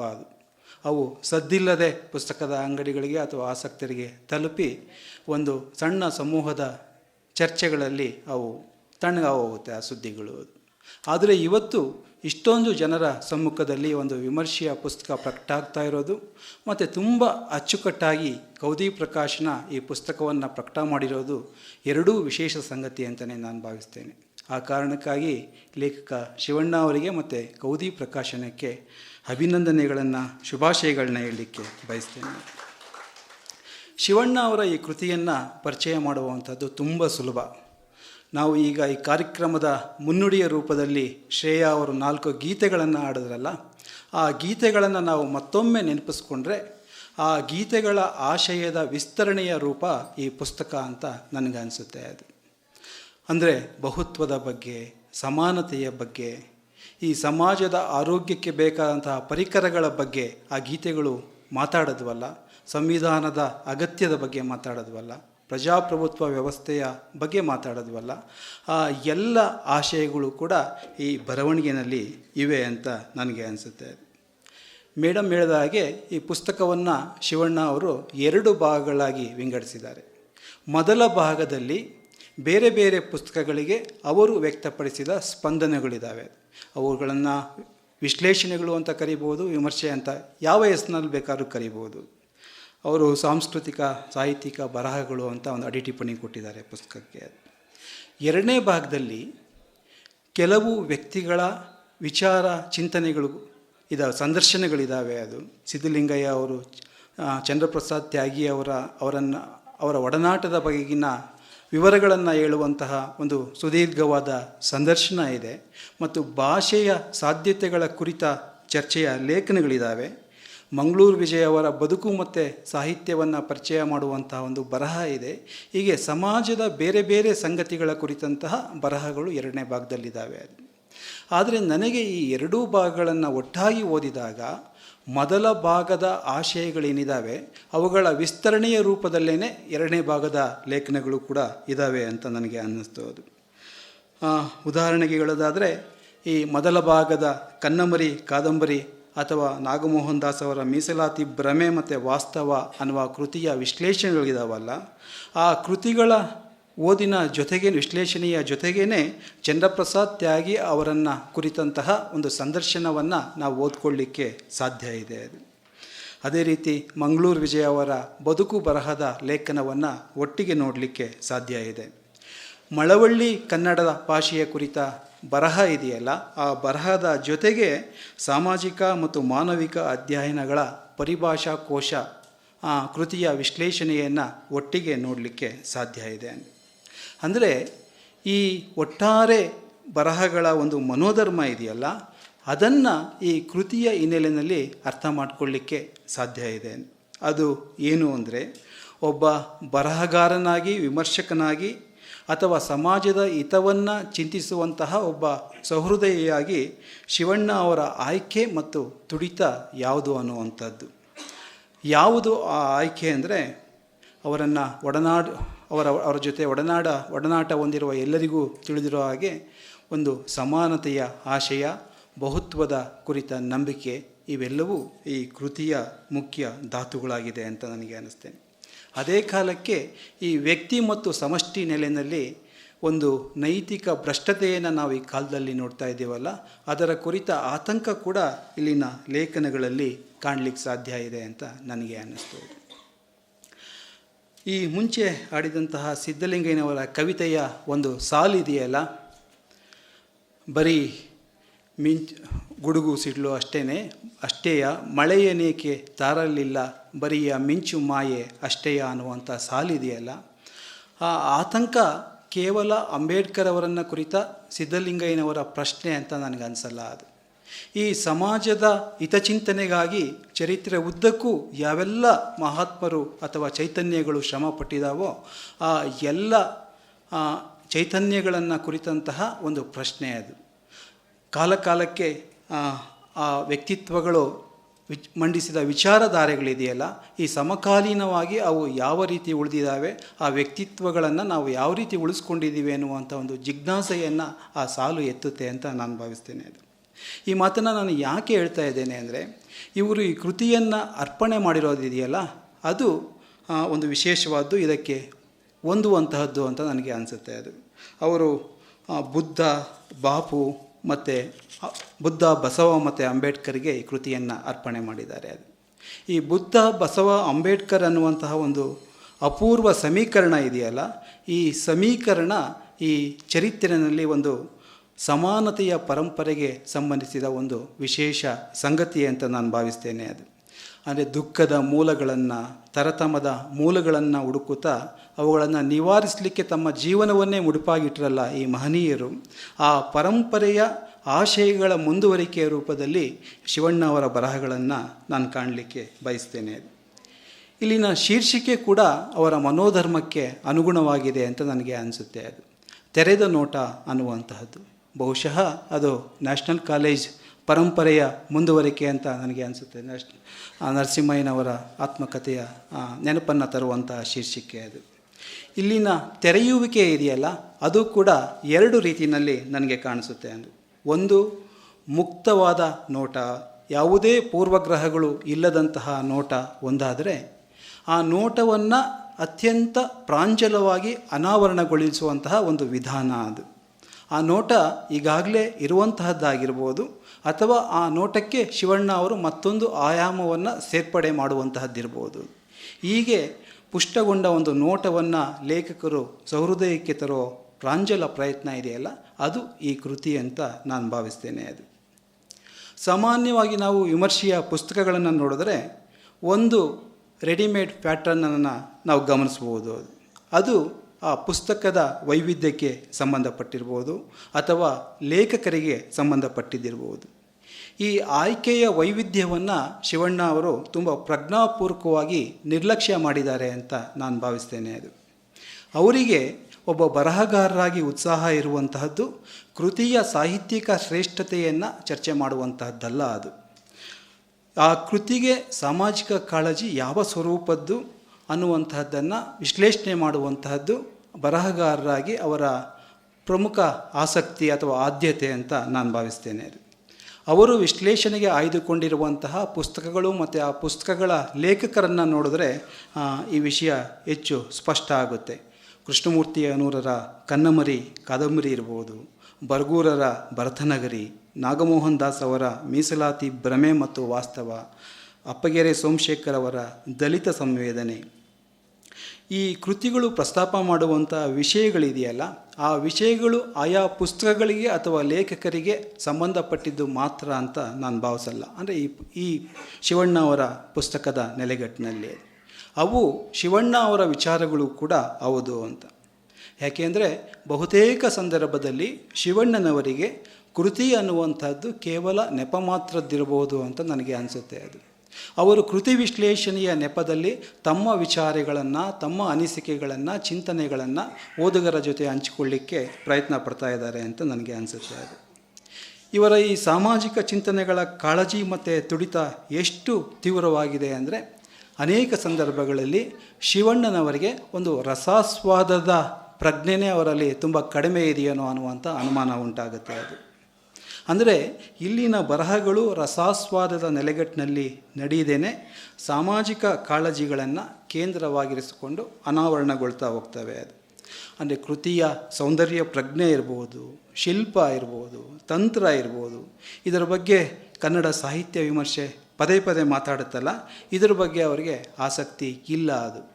ಇದು ಒಂದು ಪ್ರಜ್ಞಾಪೂರ್ವಕ ಆಯ್ಕೆ ಅಂತಲೇ ನನಗೆ ಅನಿಸುತ್ತೆ. ಅದು ಶಿವಣ್ಣ ಅವರ ಆಸಕ್ತಿ ಕೃತಿಯ ಸಾಮಾಜಿಕ ಪ್ರಜ್ಞೆ ಮತ್ತು ಅದರ ಸಾಮಾಜಿಕ ಸಂರಚನೆ ಕುರಿತದ್ದು ಅಂತ ನನಗೆ ಅನಿಸುತ್ತೆ. ಅದು ಪೂರ್ಣಚಂದ್ರ ತೇಜಸ್ವಿಯವರ ಚಿದಂಬರ ರಹಸ್ಯ ಇರ್ಬೋದು, ಕೃಷ್ಣಮೂರ್ತಿ ಅನೂರರ ಕನ್ನಮರಿ ಅಂತ ಕಾದಂಬರಿ ಇರ್ಬೋದು, ಅಂತಹ ಕೃತಿಗಳ ಬಗ್ಗೆ ಚರ್ಚೆ ಮಾಡುವಾಗಲೂ ಕೂಡ ಆ ಕೃತಿಗಳ ಕಲಾತ್ಮಕ ಸಿದ್ಧಿಯ ಬಗ್ಗೆ ಅವರು ಹೆಚ್ಚಿನ ಉತ್ಸಾಹ ತೋರಿಸಲ್ಲ. ಅದು ಚೀಮನಹಳ್ಳಿ ರಮೇಶ್ ಬಾಬು ಅವರ ಮಂಪರು ಕಾದಂಬರಿಯ ಬಗ್ಗೆ ಮಾತಾಡಬೇಕಾದ್ರೆ ಸ್ವಲ್ಪ ಉತ್ಸಾಹದಿಂದ, ಅಂದರೆ ಅವರ ಒಂದು ಚೌಕಟ್ಟನ್ನು ರೂಪಿಸ್ಕೊಂಡಿದ್ದಾರಲ್ಲ, ಆ ಚೌಕಟ್ಟಿನ ಆಚೆಗೆ ಬಂದು ಉತ್ಸಾಹದಿಂದ ಮಾತನಾಡೋದನ್ನು ಬಿಟ್ಟರೆ ಉಳಿದಂತೆ ಈ ಕೃತಿಯ ಯಾವ ಬರಹಗಳಲ್ಲೂ ಕೂಡ ಆ ಕೃತಿಯ ಸಾಹಿತ್ಯಿಕ ಮೌಲ್ಯಗಳ ಬಗ್ಗೆ ಅವರು ಹೆಚ್ಚಿನ ಆಸಕ್ತಿಯನ್ನು ತೋರಿಸಿಲ್ಲ ಅಂತ ನನಗೆ ಅನಿಸುತ್ತೆ. ಯಾಕೆ ಹೀಗೆ ಅಂದರೆ ಅದು ಕೂಡ ಒಂದು ಪ್ರಜ್ಞಾಪೂರ್ವಕ ಆಯ್ಕೆ ಇರಬಹುದು ಅಂತ ನನಗೆ ಅನಿಸುತ್ತೆ. ಆ ಕಾರಣವನ್ನು ಅವರ ಕೃತಿಯ ಒಂದು ಲೇಖನದಿಂದನೇ ಗುರುತಿಸಲಿಕ್ಕೆ ಸಾಧ್ಯ ಇದೆ ಅಂತ ನನಗೆ ಅನಿಸುತ್ತೆ. ಅದು ಅಪ್ಪಗೆರೆ ಸೋಮಶೇಖರ್ ಅವರ ದಲಿತ ಸಂವೇದನೆ ಕುರಿತ ಬರಹದಲ್ಲಿ ಒಂದು ಕಡೆ ಅವರು ಒಂದು ಮಾತನ್ನು ಹೇಳ್ತಾರೆ. ಯಾವುದನ್ನು ಕನ್ನಡ ಸಾಹಿತ್ಯ ವಲಯದೊಳಗೆ ಇದುವರೆಗೆ ಮರೆಮಾಚಲಾಗಿದೆಯೋ ಅಥವಾ ಭಾಷಾ ನಿಕಾಯಗಳಿಂದ ದೂರವಿಟ್ಟು ಸಮಾಜ ನಿಕಾಯಗಳಿಗೆ ಮಾತ್ರ ಅನ್ವಯಿಸಿ ನೋಡ್ತಾ ಇದ್ದೇವೋ ಅದನ್ನು ಬಹಳ ಪ್ರಜ್ಞಾಪೂರ್ವಕವಾಗಿ ಮಾಡ್ತಾ ಇದ್ದೇವೆ. ಇದನ್ನು ನಾವು ಮುರಿಬೇಕು ಅಂತ ಅನ್ನುವಂಥದ್ದು ಆ ಮಾತು. ಅದು ಬಹುಶಃ ಈ ನಿಲುವಿನ ಹಿನ್ನೆಲೆಯಲ್ಲಿ ಅವರು ಕಲೆಗಾರಿಕೆ ಸೌಂದರ್ಯ ಪ್ರಜ್ಞೆಗಳನ್ನು ಒಂದು ಬಿರುಸಿನಲ್ಲಿ ಹಿನ್ನೆಲೆಗೆ ಸರಿದಿರಬಹುದಾದ ಸಾಮಾಜಿಕ ಪ್ರಜ್ಞೆಯನ್ನು ಮುನ್ನೆಲೆಗೆ ತರುವಂತಹ ಕೆಲಸವನ್ನು ಈ ಪುಸ್ತಕದ ಬರಹಗಳ ಮುಖಾಂತರ ಮಾಡ್ತಾ ಇದ್ದಾರೆ ಅಂತ ನನಗೆ ಅನ್ನಿಸ್ತಾ ಇದೆ. ನಾನು ಆಗಲೇ ಶಿವಣ್ಣ ಅವರ ವಿಮರ್ಶೆ ಆಶಯ ಪ್ರಧಾನವಾದದ್ದು ಅಂತ ಸೂಚ್ಯವಾಗಿ ಹೇಳಿದೆ. ಅಂದರೆ ಶಿವಣ್ಣ ಅವರು ಈ ಕೃತಿಗಳನ್ನು ವಿಶ್ಲೇಷಣೆ ಮಾಡುವ ಸಂದರ್ಭದಲ್ಲಿ ಆ ಕೃತಿಯ ಆಶಯಗಳಿಗೆ ಹೆಚ್ಚಿನ ಒತ್ತನ್ನು ಕೊಡ್ತಾರೆ ಹೊರತು ಆ ಕೃತಿಯ ಮಿತಿಗಳನ್ನು ಹೇಳೋದ್ರ ಬಗ್ಗೆ ಹೆಚ್ಚಿನ ಆಸಕ್ತಿಯನ್ನು ತೋರಿಸಲ್ಲ. ಅದು ಕೃತಿಯ ಉತ್ತಮ ಅಂಶಗಳು ಈ ಸಮಾಜದ ಆರೋಗ್ಯಕ್ಕೆ ಯಾವ ರೀತಿ ಪೂರಕವಾಗಿವೆ ಅನ್ನೋದನ್ನು ಹೇಳಲಿಕ್ಕೆ ಅವರಿಗೆ ಹೆಚ್ಚಿನ ಆಸಕ್ತಿ ಅದು. ಆದರೆ ಕೆಲವು ಕಡೆ ಅವರು ಕೃತಿಯ ಮಿತಿಗಳನ್ನು ಹೇಳಬೇಕಾದ್ರೆ ಅತ್ಯಂತ ನಿಷ್ಠುರವಾಗಿ ಅಥವಾ ಸ್ಪಷ್ಟವಾಗಿ ಹೇಳಿರೋದನ್ನು ಕೂಡ ನಾವು ನೆನಪಿಸ್ಕೊಳ್ಬೇಕು. ಅದು ಸುರೇಶ್ ನಾಗಲಮಡಿಕೆಯವರ ಹಾಡು ಕಲಿಸಿದ ಹಾರ ಕೃತಿಯನ್ನು ತುಂಬ ಮೆಚ್ಚಿಕೊಂಡು ಮಾತಾಡ್ತಾನೆ. ಜನಪದ ಮಹಾಕಾವ್ಯಗಳ ಸಂಕಥನಗಳು ಈ ಹೊತ್ತಿನಲ್ಲಿ ನಮಗೆ ಸಮಕಾಲೀನವಾಗಿ ಯಾಕೆ ಮುಖ್ಯ ಆಗ್ತವೆ ಅನ್ನುವಂಥದ್ದನ್ನು ಹೇಳ್ತಾನೆ ಸುರೇಶ್ ಅವ್ರ ಬಗ್ಗೆ ತುಂಬ ಮೆಚ್ಚುಗೆಯ ಮಾತುಗಳನ್ನು ಆಡ್ತಾರೆ. ಸಂಶೋಧನೆ ಅನ್ನುವಂಥದ್ದು ಇವತ್ತು ಯಾರಿಗೂ ಬೇಡವಾಗಿರುವ ಸಂದರ್ಭದಲ್ಲಿ, ಸಂಶೋಧನೆ ಅನ್ನುವಂಥದ್ದು ತೀರಾ ಜಾಳುಜಾಳಾಗಿರುವ ಸತ್ವಯುತ ಆಗಿಲ್ಲದ ಸಂದರ್ಭದಲ್ಲಿ ಒಂದು ಆಶಾವಾದದ ರೂಪದಲ್ಲಿ ನೋಡಬಹುದಾದಂತಹ ಸಂಶೋಧಕ ಸುರೇಶ್ ನಾಗಲಮಡಿಕೆ ಅಂತ ಒಂದು ಮೆಚ್ಚುಗೆಯ ಮಾತನ್ನು ಆಡ್ತಲೇ ಈ ಕೃತಿನಲ್ಲಿ ಕೃತಿಕಾರರು ಇನ್ನಷ್ಟು ಕ್ಷೇತ್ರ ಕಾರ್ಯ ಮಾಡಬೇಕಾಗಿತ್ತು. ಜನಪದ ಸಾಕ್ಷ್ಯಗಳ ಮುಖಾಂತರ ತಮ್ಮ ವಿಚಾರಗಳನ್ನು ಅಧಿಕೃತವಾಗಿ ಮಂಡಿಸಬೇಕಿತ್ತು ಅಂತ ಕೂಡ ತುಂಬ ಸ್ಪಷ್ಟವಾಗಿ ಹೇಳೋದನ್ನು ನಾವು ಗಮನಿಸಬೇಕು. ಅದೇ ರೀತಿ ಕುವೆಂಪು ಭಾಷಾ ಭಾರತಿ ಪ್ರಕಟ ಮಾಡಿರುವಂತಹ ಸಾಮಾಜಿಕ ಮತ್ತು ಮಾನವಿಕ ಅಧ್ಯಯನಗಳ ಪರಿಭಾಷಾಕೋಶ ಕೃತಿಯ ಬಗ್ಗೆ ಮಾತಾಡ್ತಾ, ಇಲ್ಲಿನ ಬಹುತೇಕ ಲೇಖನಗಳನ್ನು ಸಾಹಿತಿಗಳೇ ಬರೆದಿದ್ದಾರೆ. ಆದರೆ ಈ ಲೇಖನಗಳ ಬಗ್ಗೆ ಸಮಾಜ ವಿಜ್ಞಾನಿಗಳ ಅಭಿಪ್ರಾಯ ವಿಚಾರಗಳು ತುಂಬ ಮುಖ್ಯ ಆಗಿತ್ತು, ಅವರಿಂದ ಬರೆಸಬೇಕಾಗಿತ್ತು. ಇದು ಈ ಕೃತಿಯ ಒಂದು ಮಿತಿ ಅಂತ ತುಂಬ ಸ್ಪಷ್ಟವಾಗಿ ಹೇಳ್ತಾರೆ. ಅದು ಅಂದರೆ ಈ ರೀತಿಯ ಕೃತಿಯ ಮಿತಿಗಳನ್ನು ಅಥವಾ ಕೊರತೆಗಳನ್ನು ಗುರುತಿಸುವಂತಹ ತುಂಬ ಸ್ಪಷ್ಟವಾದ ಮಾತುಗಳು ಈ ಕೃತಿನಲ್ಲಿ ಇದ್ದಾವೆ, ಆದರೆ ಕಡಿಮೆ. ಅದು ಮುಖ್ಯವಾಗಿ ಕೃತಿಯ ಮಿತಿಗಳನ್ನು ಚರ್ಚಿಸೋದು ಅವರ ಆದ್ಯತೆ ಅಲ್ಲ ಅಂತಲೇ ನನಗೆ ಅನಿಸುತ್ತೆ. ಈ ಕೃತಿನಲ್ಲಿ ವಿಮರ್ಶಕರಾಗಿ ಅಥವಾ ಒಬ್ಬ ಬರಹಗಾರರಾಗಿ ಶಿವಣ್ಣ ಅವರ ಕಾಳಜಿಗಳು ಏನು ಅಂತ ನನಗೆ 4 ರೂಪದ ಕಾಳಜಿಗಳನ್ನು ಗುರುತಿಸಲಿಕ್ಕೆ ನನ್ನ ಓದಿನ ಮಟ್ಟಿಗೆ ಸಾಧ್ಯ ಆಯಿತು ಅಂತ ಅನಿಸುತ್ತೆ. ಅದು ಒಂದು, ಪ್ರಕೃತಿಯ ಜೊತೆಗೆ ಮನುಷ್ಯ ಹೊಂದಿರುವಂತಹ ಸಂಬಂಧ ಅಥವಾ ಹೊಂದಬೇಕಾದಂತಹ ಸಂಬಂಧ ಯಾವ ರೀತಿಯದು ಅನ್ನುವಂಥದ್ದು. ಇವತ್ತಿನ ಸಂಶೋಧನಾ ರಾಹಿತ್ಯ ಸ್ಥಿತಿ ಇದೆಯಲ್ಲ, ಶಿಕ್ಷಣ ಕ್ಷೇತ್ರದ ದುಸ್ಥಿತಿ ಇದೆಯಲ್ಲ, ಅದರ ಬಗೆಗಿನ ಆತಂಕ ಈ ಪುಸ್ತಕದ 2ನೇ ಕಾಳಜಿ. ಮತ್ತು ರಾಜಕಾರಣದಲ್ಲಿನ ಭ್ರಷ್ಟತೆ ಹಾಗೂ ಸಮಾಜದಲ್ಲಿ ಒಡಕನ್ನು ಉಂಟು ಮಾಡ್ತಾ ಇರುವಂತಹ ಜಾತಿ ಧರ್ಮಗಳ ಕರಾಳ ಸ್ವರೂಪದ ಬಗೆಗಿನ ಆತಂಕಗಳು ಉಳಿದ ಕಾಳಜಿಗಳು ಅಂತ ನನಗೆ ಅನಿಸುತ್ತೆ. ಅದು ಉದಾಹರಣೆಗೆ ಪೂರ್ಣಚಂದ್ರ ತೇಜಸ್ವಿಯವರ ಚಿದಂಬರ ರಹಸ್ಯ ಕಾದಂಬರಿಯ ಮರು ಓದು ಅನ್ನುವಂತಹ ಬರಹವನ್ನು ಗಮನಿಸಿದರೆ, ಈ ಕೃತಿನಲ್ಲಿ ತೇಜಸ್ವಿಯವರು ಒಟ್ಟಾರೆ ಸಮಾಜವನ್ನು ಹೇಗೆ ಒಂದು ಕೇಂದ್ರದಲ್ಲಿ ನಿಲ್ಲಿಸ್ತಾ ಇದ್ದಾರೆ, ಒಟ್ಟಿಗೆ ತೊಗೊಂಡೋಗ್ತಾ ಇದ್ದಾರೆ ಅನ್ನುವಂಥದ್ದನ್ನು ಮುಖ್ಯವಾಗಿ ಗುರುತಿಸ್ತಾರೆ. ಹಿಂದೂ, ಮುಸಲ್ಮಾನ, ದಲಿತರು, ಗೋಸಾಯಿಗಳು, ಮಾರವಾಡಿಗಳು, ಒಕ್ಕಲಿಗರು, ಹೀಗೆ ಬೇರೆ ಬೇರೆ ಸಮುದಾಯದ ವ್ಯಕ್ತಿಗಳನ್ನು ಒಂದು ಕೇಂದ್ರದಲ್ಲಿ ತರೋದಿದೆಯಲ್ಲ, ಸಮಾಜದ ಯಾವುದೋ ಮೂಲೆಯಲ್ಲಿ ನೆಲೆಸಿರುವ ಪ್ರತಿಯೊಬ್ಬರೂ ಮುಖ್ಯ ಮತ್ತು ಸಮಾನ ಅನ್ನುವಂಥದ್ದನ್ನು ತೇಜಸ್ವಿಯವರು ಈ ಕೃತಿಯ ಮೂಲಕ ಹೇಳ್ತಾ ಇದ್ದಾರೆ ಅನ್ನುವಂಥ ಒಂದು ಮಾತಿದೆಯಲ್ಲ, ಅದು ಕುವೆಂಪು ಅವರ ಬೀಜವಾಕ್ಯವಾದ ಇಲ್ಲಿ ಯಾರೂ ಮುಖ್ಯರಲ್ಲ, ಯಾರೂ ಅಮುಖ್ಯರಲ್ಲ ಅನ್ನುವಂಥ ಮಾತಿದೆಯಲ್ಲ, ಅದನ್ನು ನೆನಪಿಸುವಂಥದ್ದು ಅಂತ ನನಗೆ ಅನಿಸುತ್ತೆ. ಅದು ತಳ ಸಮುದಾಯದ ಯುವಕರು ಧರ್ಮಾಂಧರು ಮತ್ತು ಜಾತಿವಾದಿಗಳಿಗೆ ದಾಳಗಳ ರೂಪದಲ್ಲಿ ಬಳಕೆ ಆಗ್ತಾ ಇರುವಂಥ ಒಂದು ಬಗ್ಗೆ ಇವರು ಉದ್ದಕ್ಕೂ ಆತಂಕವನ್ನು ವ್ಯಕ್ತಪಡಿಸ್ತಾರೆ. ಈ ಯುವಕರು ಧರ್ಮಾಂಧರು ಆಗದೇ ಇರುವಂತಹ ರೀತಿ, ರಾಜಕೀಯ ದಾಳಗಳು ಆಗದೇ ಇರುವಂತಹ ರೀತಿ ಅವರನ್ನು ಎಚ್ಚರಿಸುವಂತಹ ಕೆಲಸವನ್ನು ಶಿಕ್ಷಕರು, ಕಲಾವಿದರು, ಬರಹಗಾರರು, ರಾಜಕಾರಣಿಗಳು, ಅಧಿಕಾರಿಗಳು, ಅಂದರೆ ಈ ಸಮಾಜದ ಮುಖ್ಯವಾದಂತಹ ಜಾಗಗಳಲ್ಲಿ ಯಾರ್ಯಾರಿದ್ದಾರೆ ಅವರೆಲ್ಲ ಈ ಜವಾಬ್ದಾರಿಯನ್ನು ತಗೋಬೇಕು ಅನ್ನುವಂಥ ಮಾತನ್ನು ಕೂಡ ಶಿವಣ್ಣ ಅವರು ಹೇಳ್ತಾರೆ. ಅದು ಈ ಸಂಶೋಧನೆಯ ಬಗೆಗಿನ ಆತಂಕ ಅಂತೂ ನಿರಂತರವಾಗಿ ಅನೇಕ ಲೇಖನಗಳಲ್ಲಿ ಮತ್ತೆ ಮತ್ತೆ ಕಾಣಿಸ್ತಾ ಹೋಗುತ್ತೆ. ಅದು ತೇಜಸ್ವಿಯವರ ಕಾದಂಬರಿನಲ್ಲಿ ಏಲಕ್ಕಿ ಸಂಶೋಧನೆ ಹಳ್ಳ ಹಿಡಿಯುವಂಥ ಒಂದು ಪ್ರಸಂಗ ಬರುತ್ತಲ್ಲ, ಅದನ್ನು ನೆನಪಿಸ್ಕೊಂಡು ಒಂದು ಮಾತನ್ನು ಹೇಳ್ತಾರೆ. ಇಂದಿನ ಸಂಶೋಧನಾ ಕೇಂದ್ರಗಳು ಹಿಡಿದಿರುವ ಹಾದಿ ಹಾಗೂ ಸಂಶೋಧನೆಗಳು ಯಾವ ರೀತಿ ನಡೆಯುತ್ತಿವೆ ಎನ್ನುವುದರ ಬಗ್ಗೆ ನಾವೆಲ್ಲರೂ ಆತ್ಮಾವಲೋಕನ ಮಾಡಿಕೊಳ್ಳಬೇಕು ಅನ್ನುವಂಥ ಮಾತು. ಅದು ಅಂದರೆ ಸಂಶೋಧನೆಯ ಹೆಸರಿನಲ್ಲಿ ಸರ್ಕಾರದ ಹಣ, ಸಾರ್ವಜನಿಕರ ಹಣ ಪೋಲಾಗ್ತಾ ಇದೆಯಲ್ಲ, ಶ್ರಮ ಪೋಲಾಗ್ತಾ ಇದೆಯಲ್ಲ, ಅದು ಸರಿಯಲ್ಲ.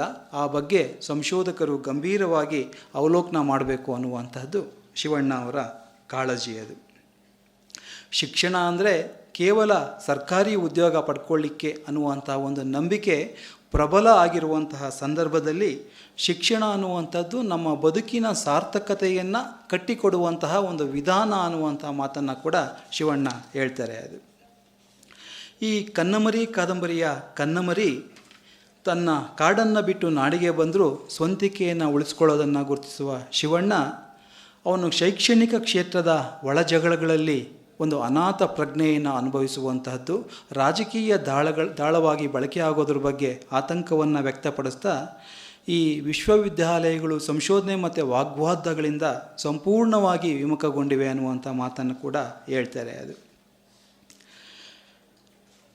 ಕೊನೆಗೂ ಈ ಎಲ್ಲದಕ್ಕೂ ಪರಿಹಾರ ಏನು ಅಂದರೆ ಅಂಬೇಡ್ಕರ್ ಅನ್ನುವಂಥದ್ದು ಅವರ ಉತ್ತರ. ಅದು ಈ ಅಂಬೇಡ್ಕರ್ ಪ್ರಜ್ಞೆ ಅನ್ನುವಂಥದ್ದು ಈ ಕೃತಿಯ ಉದ್ದಕ್ಕೂ ಒಂದು ಸ್ಥಾಯಿ ಭಾವದ ರೂಪದಲ್ಲಿ ಕೆಲಸ ಮಾಡಿದೆ ಅಂತ ನನಗೆ ಅನಿಸುತ್ತೆ. ಅದು ಬದುಕುವ ಹಕ್ಕಿದೆಯಲ್ಲ, ಅದನ್ನು ಸ್ಥಾಪಿಸುವ ಸಲುವಾಗಿ ಸಮಾಜದ ಕಟ್ಟಕಡೆಯ ವ್ಯಕ್ತಿಗೂ ಮೀಸಲಾತಿ ದೊರೆಯುವಂತಾದರೆ ಅದು ಸಂವಿಧಾನಕ್ಕೆ ಸಿಗುವ ನಿಜವಾದ ಬೆಲೆ.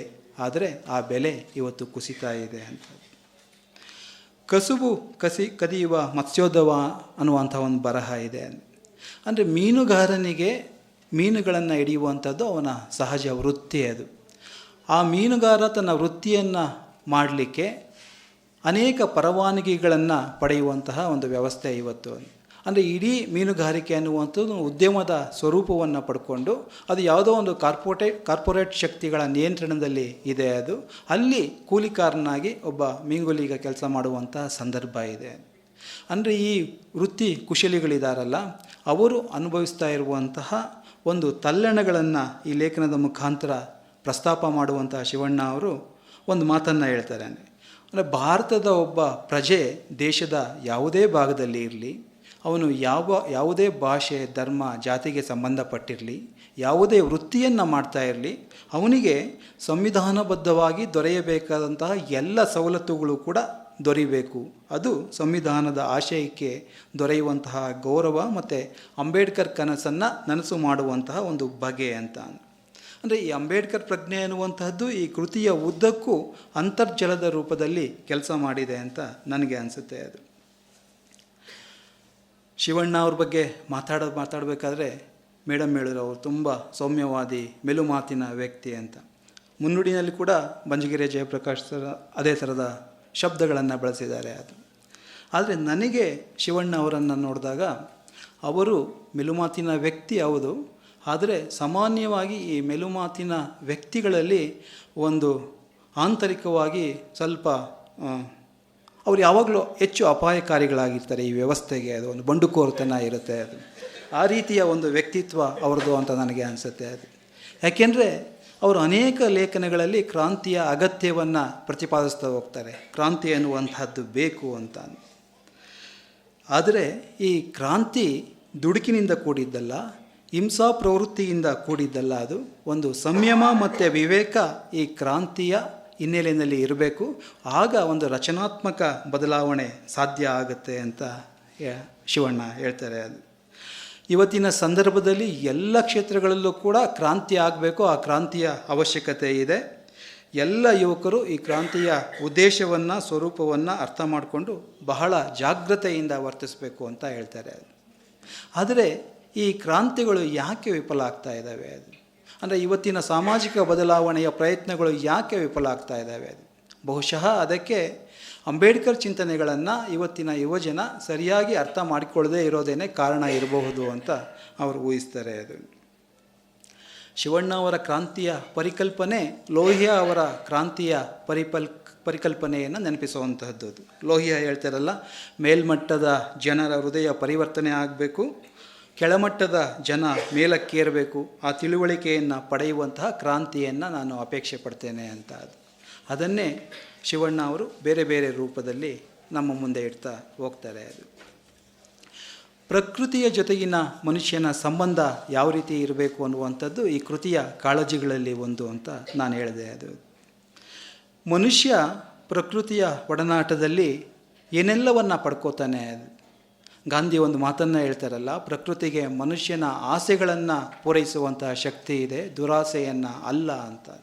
ಈ ಮಾತನ್ನು ಶಿವಣ್ಣ ಅವರು ಕೂಡ ಹೇಳ್ತಾರೆ. ಅದು ಶಿವರಾಮ್ ಕಾಡನ್ಕೊಪ್ಪೆಯವರ ನೀಲಿ ಚಂದ್ರಮ ಕವಿತೆಗಳ ಬಗ್ಗೆ ಮಾತಾಡ್ತಾ ಈ ಸಂಕಲನ ಪ್ರಕೃತಿಯನ್ನು ಯಾವ ರೀತಿ ನೋಡಬೇಕು ಮತ್ತು ಯಾವ ರೀತಿ ಅರ್ಥ ಮಾಡ್ಕೋಬೇಕು ಅನ್ನುವಂತಹ ದೃಷ್ಟಿಕೋನವನ್ನು, ವಿವೇಕವನ್ನು ನಮಗೆ ಕೊಡುತ್ತೆ ಅಂತ. ಅಂದರೆ ಪ್ರಕೃತಿ ಮತ್ತು ಜೀವಲೋಕಗಳ ನಡುವೆ ಒಂದು ಏಕಸೂತ್ರ ಇದೆಯಲ್ಲ, ಆ ಪ್ರಜ್ಞೆಯನ್ನು ಮನುಷ್ಯನಿಗೆ ಸಾಹಿತ್ಯ ಕರುಣಿಸುತ್ತೆ ಅಂತ. ಪ್ರಕೃತಿನಲ್ಲಿ ಸಮಾನ ಅಂಶಗಳಿದೆ. ಪ್ರಕೃತಿ ಎಲ್ಲರನ್ನ ಸಮಾನ ದೃಷ್ಟಿಯಿಂದ ನೋಡುತ್ತೆ. ಇದನ್ನು ಮನುಷ್ಯ ಯಾಕೆ ಗ್ರಹಿಸಲಿಕ್ಕೆ ಸಾಧ್ಯ ಆಗಲಿಲ್ಲ ಅನ್ನುವಂಥದ್ದು ಪ್ರಶ್ನೆ ಶಿವಣ್ಣ ಅವ್ರದ್ದು.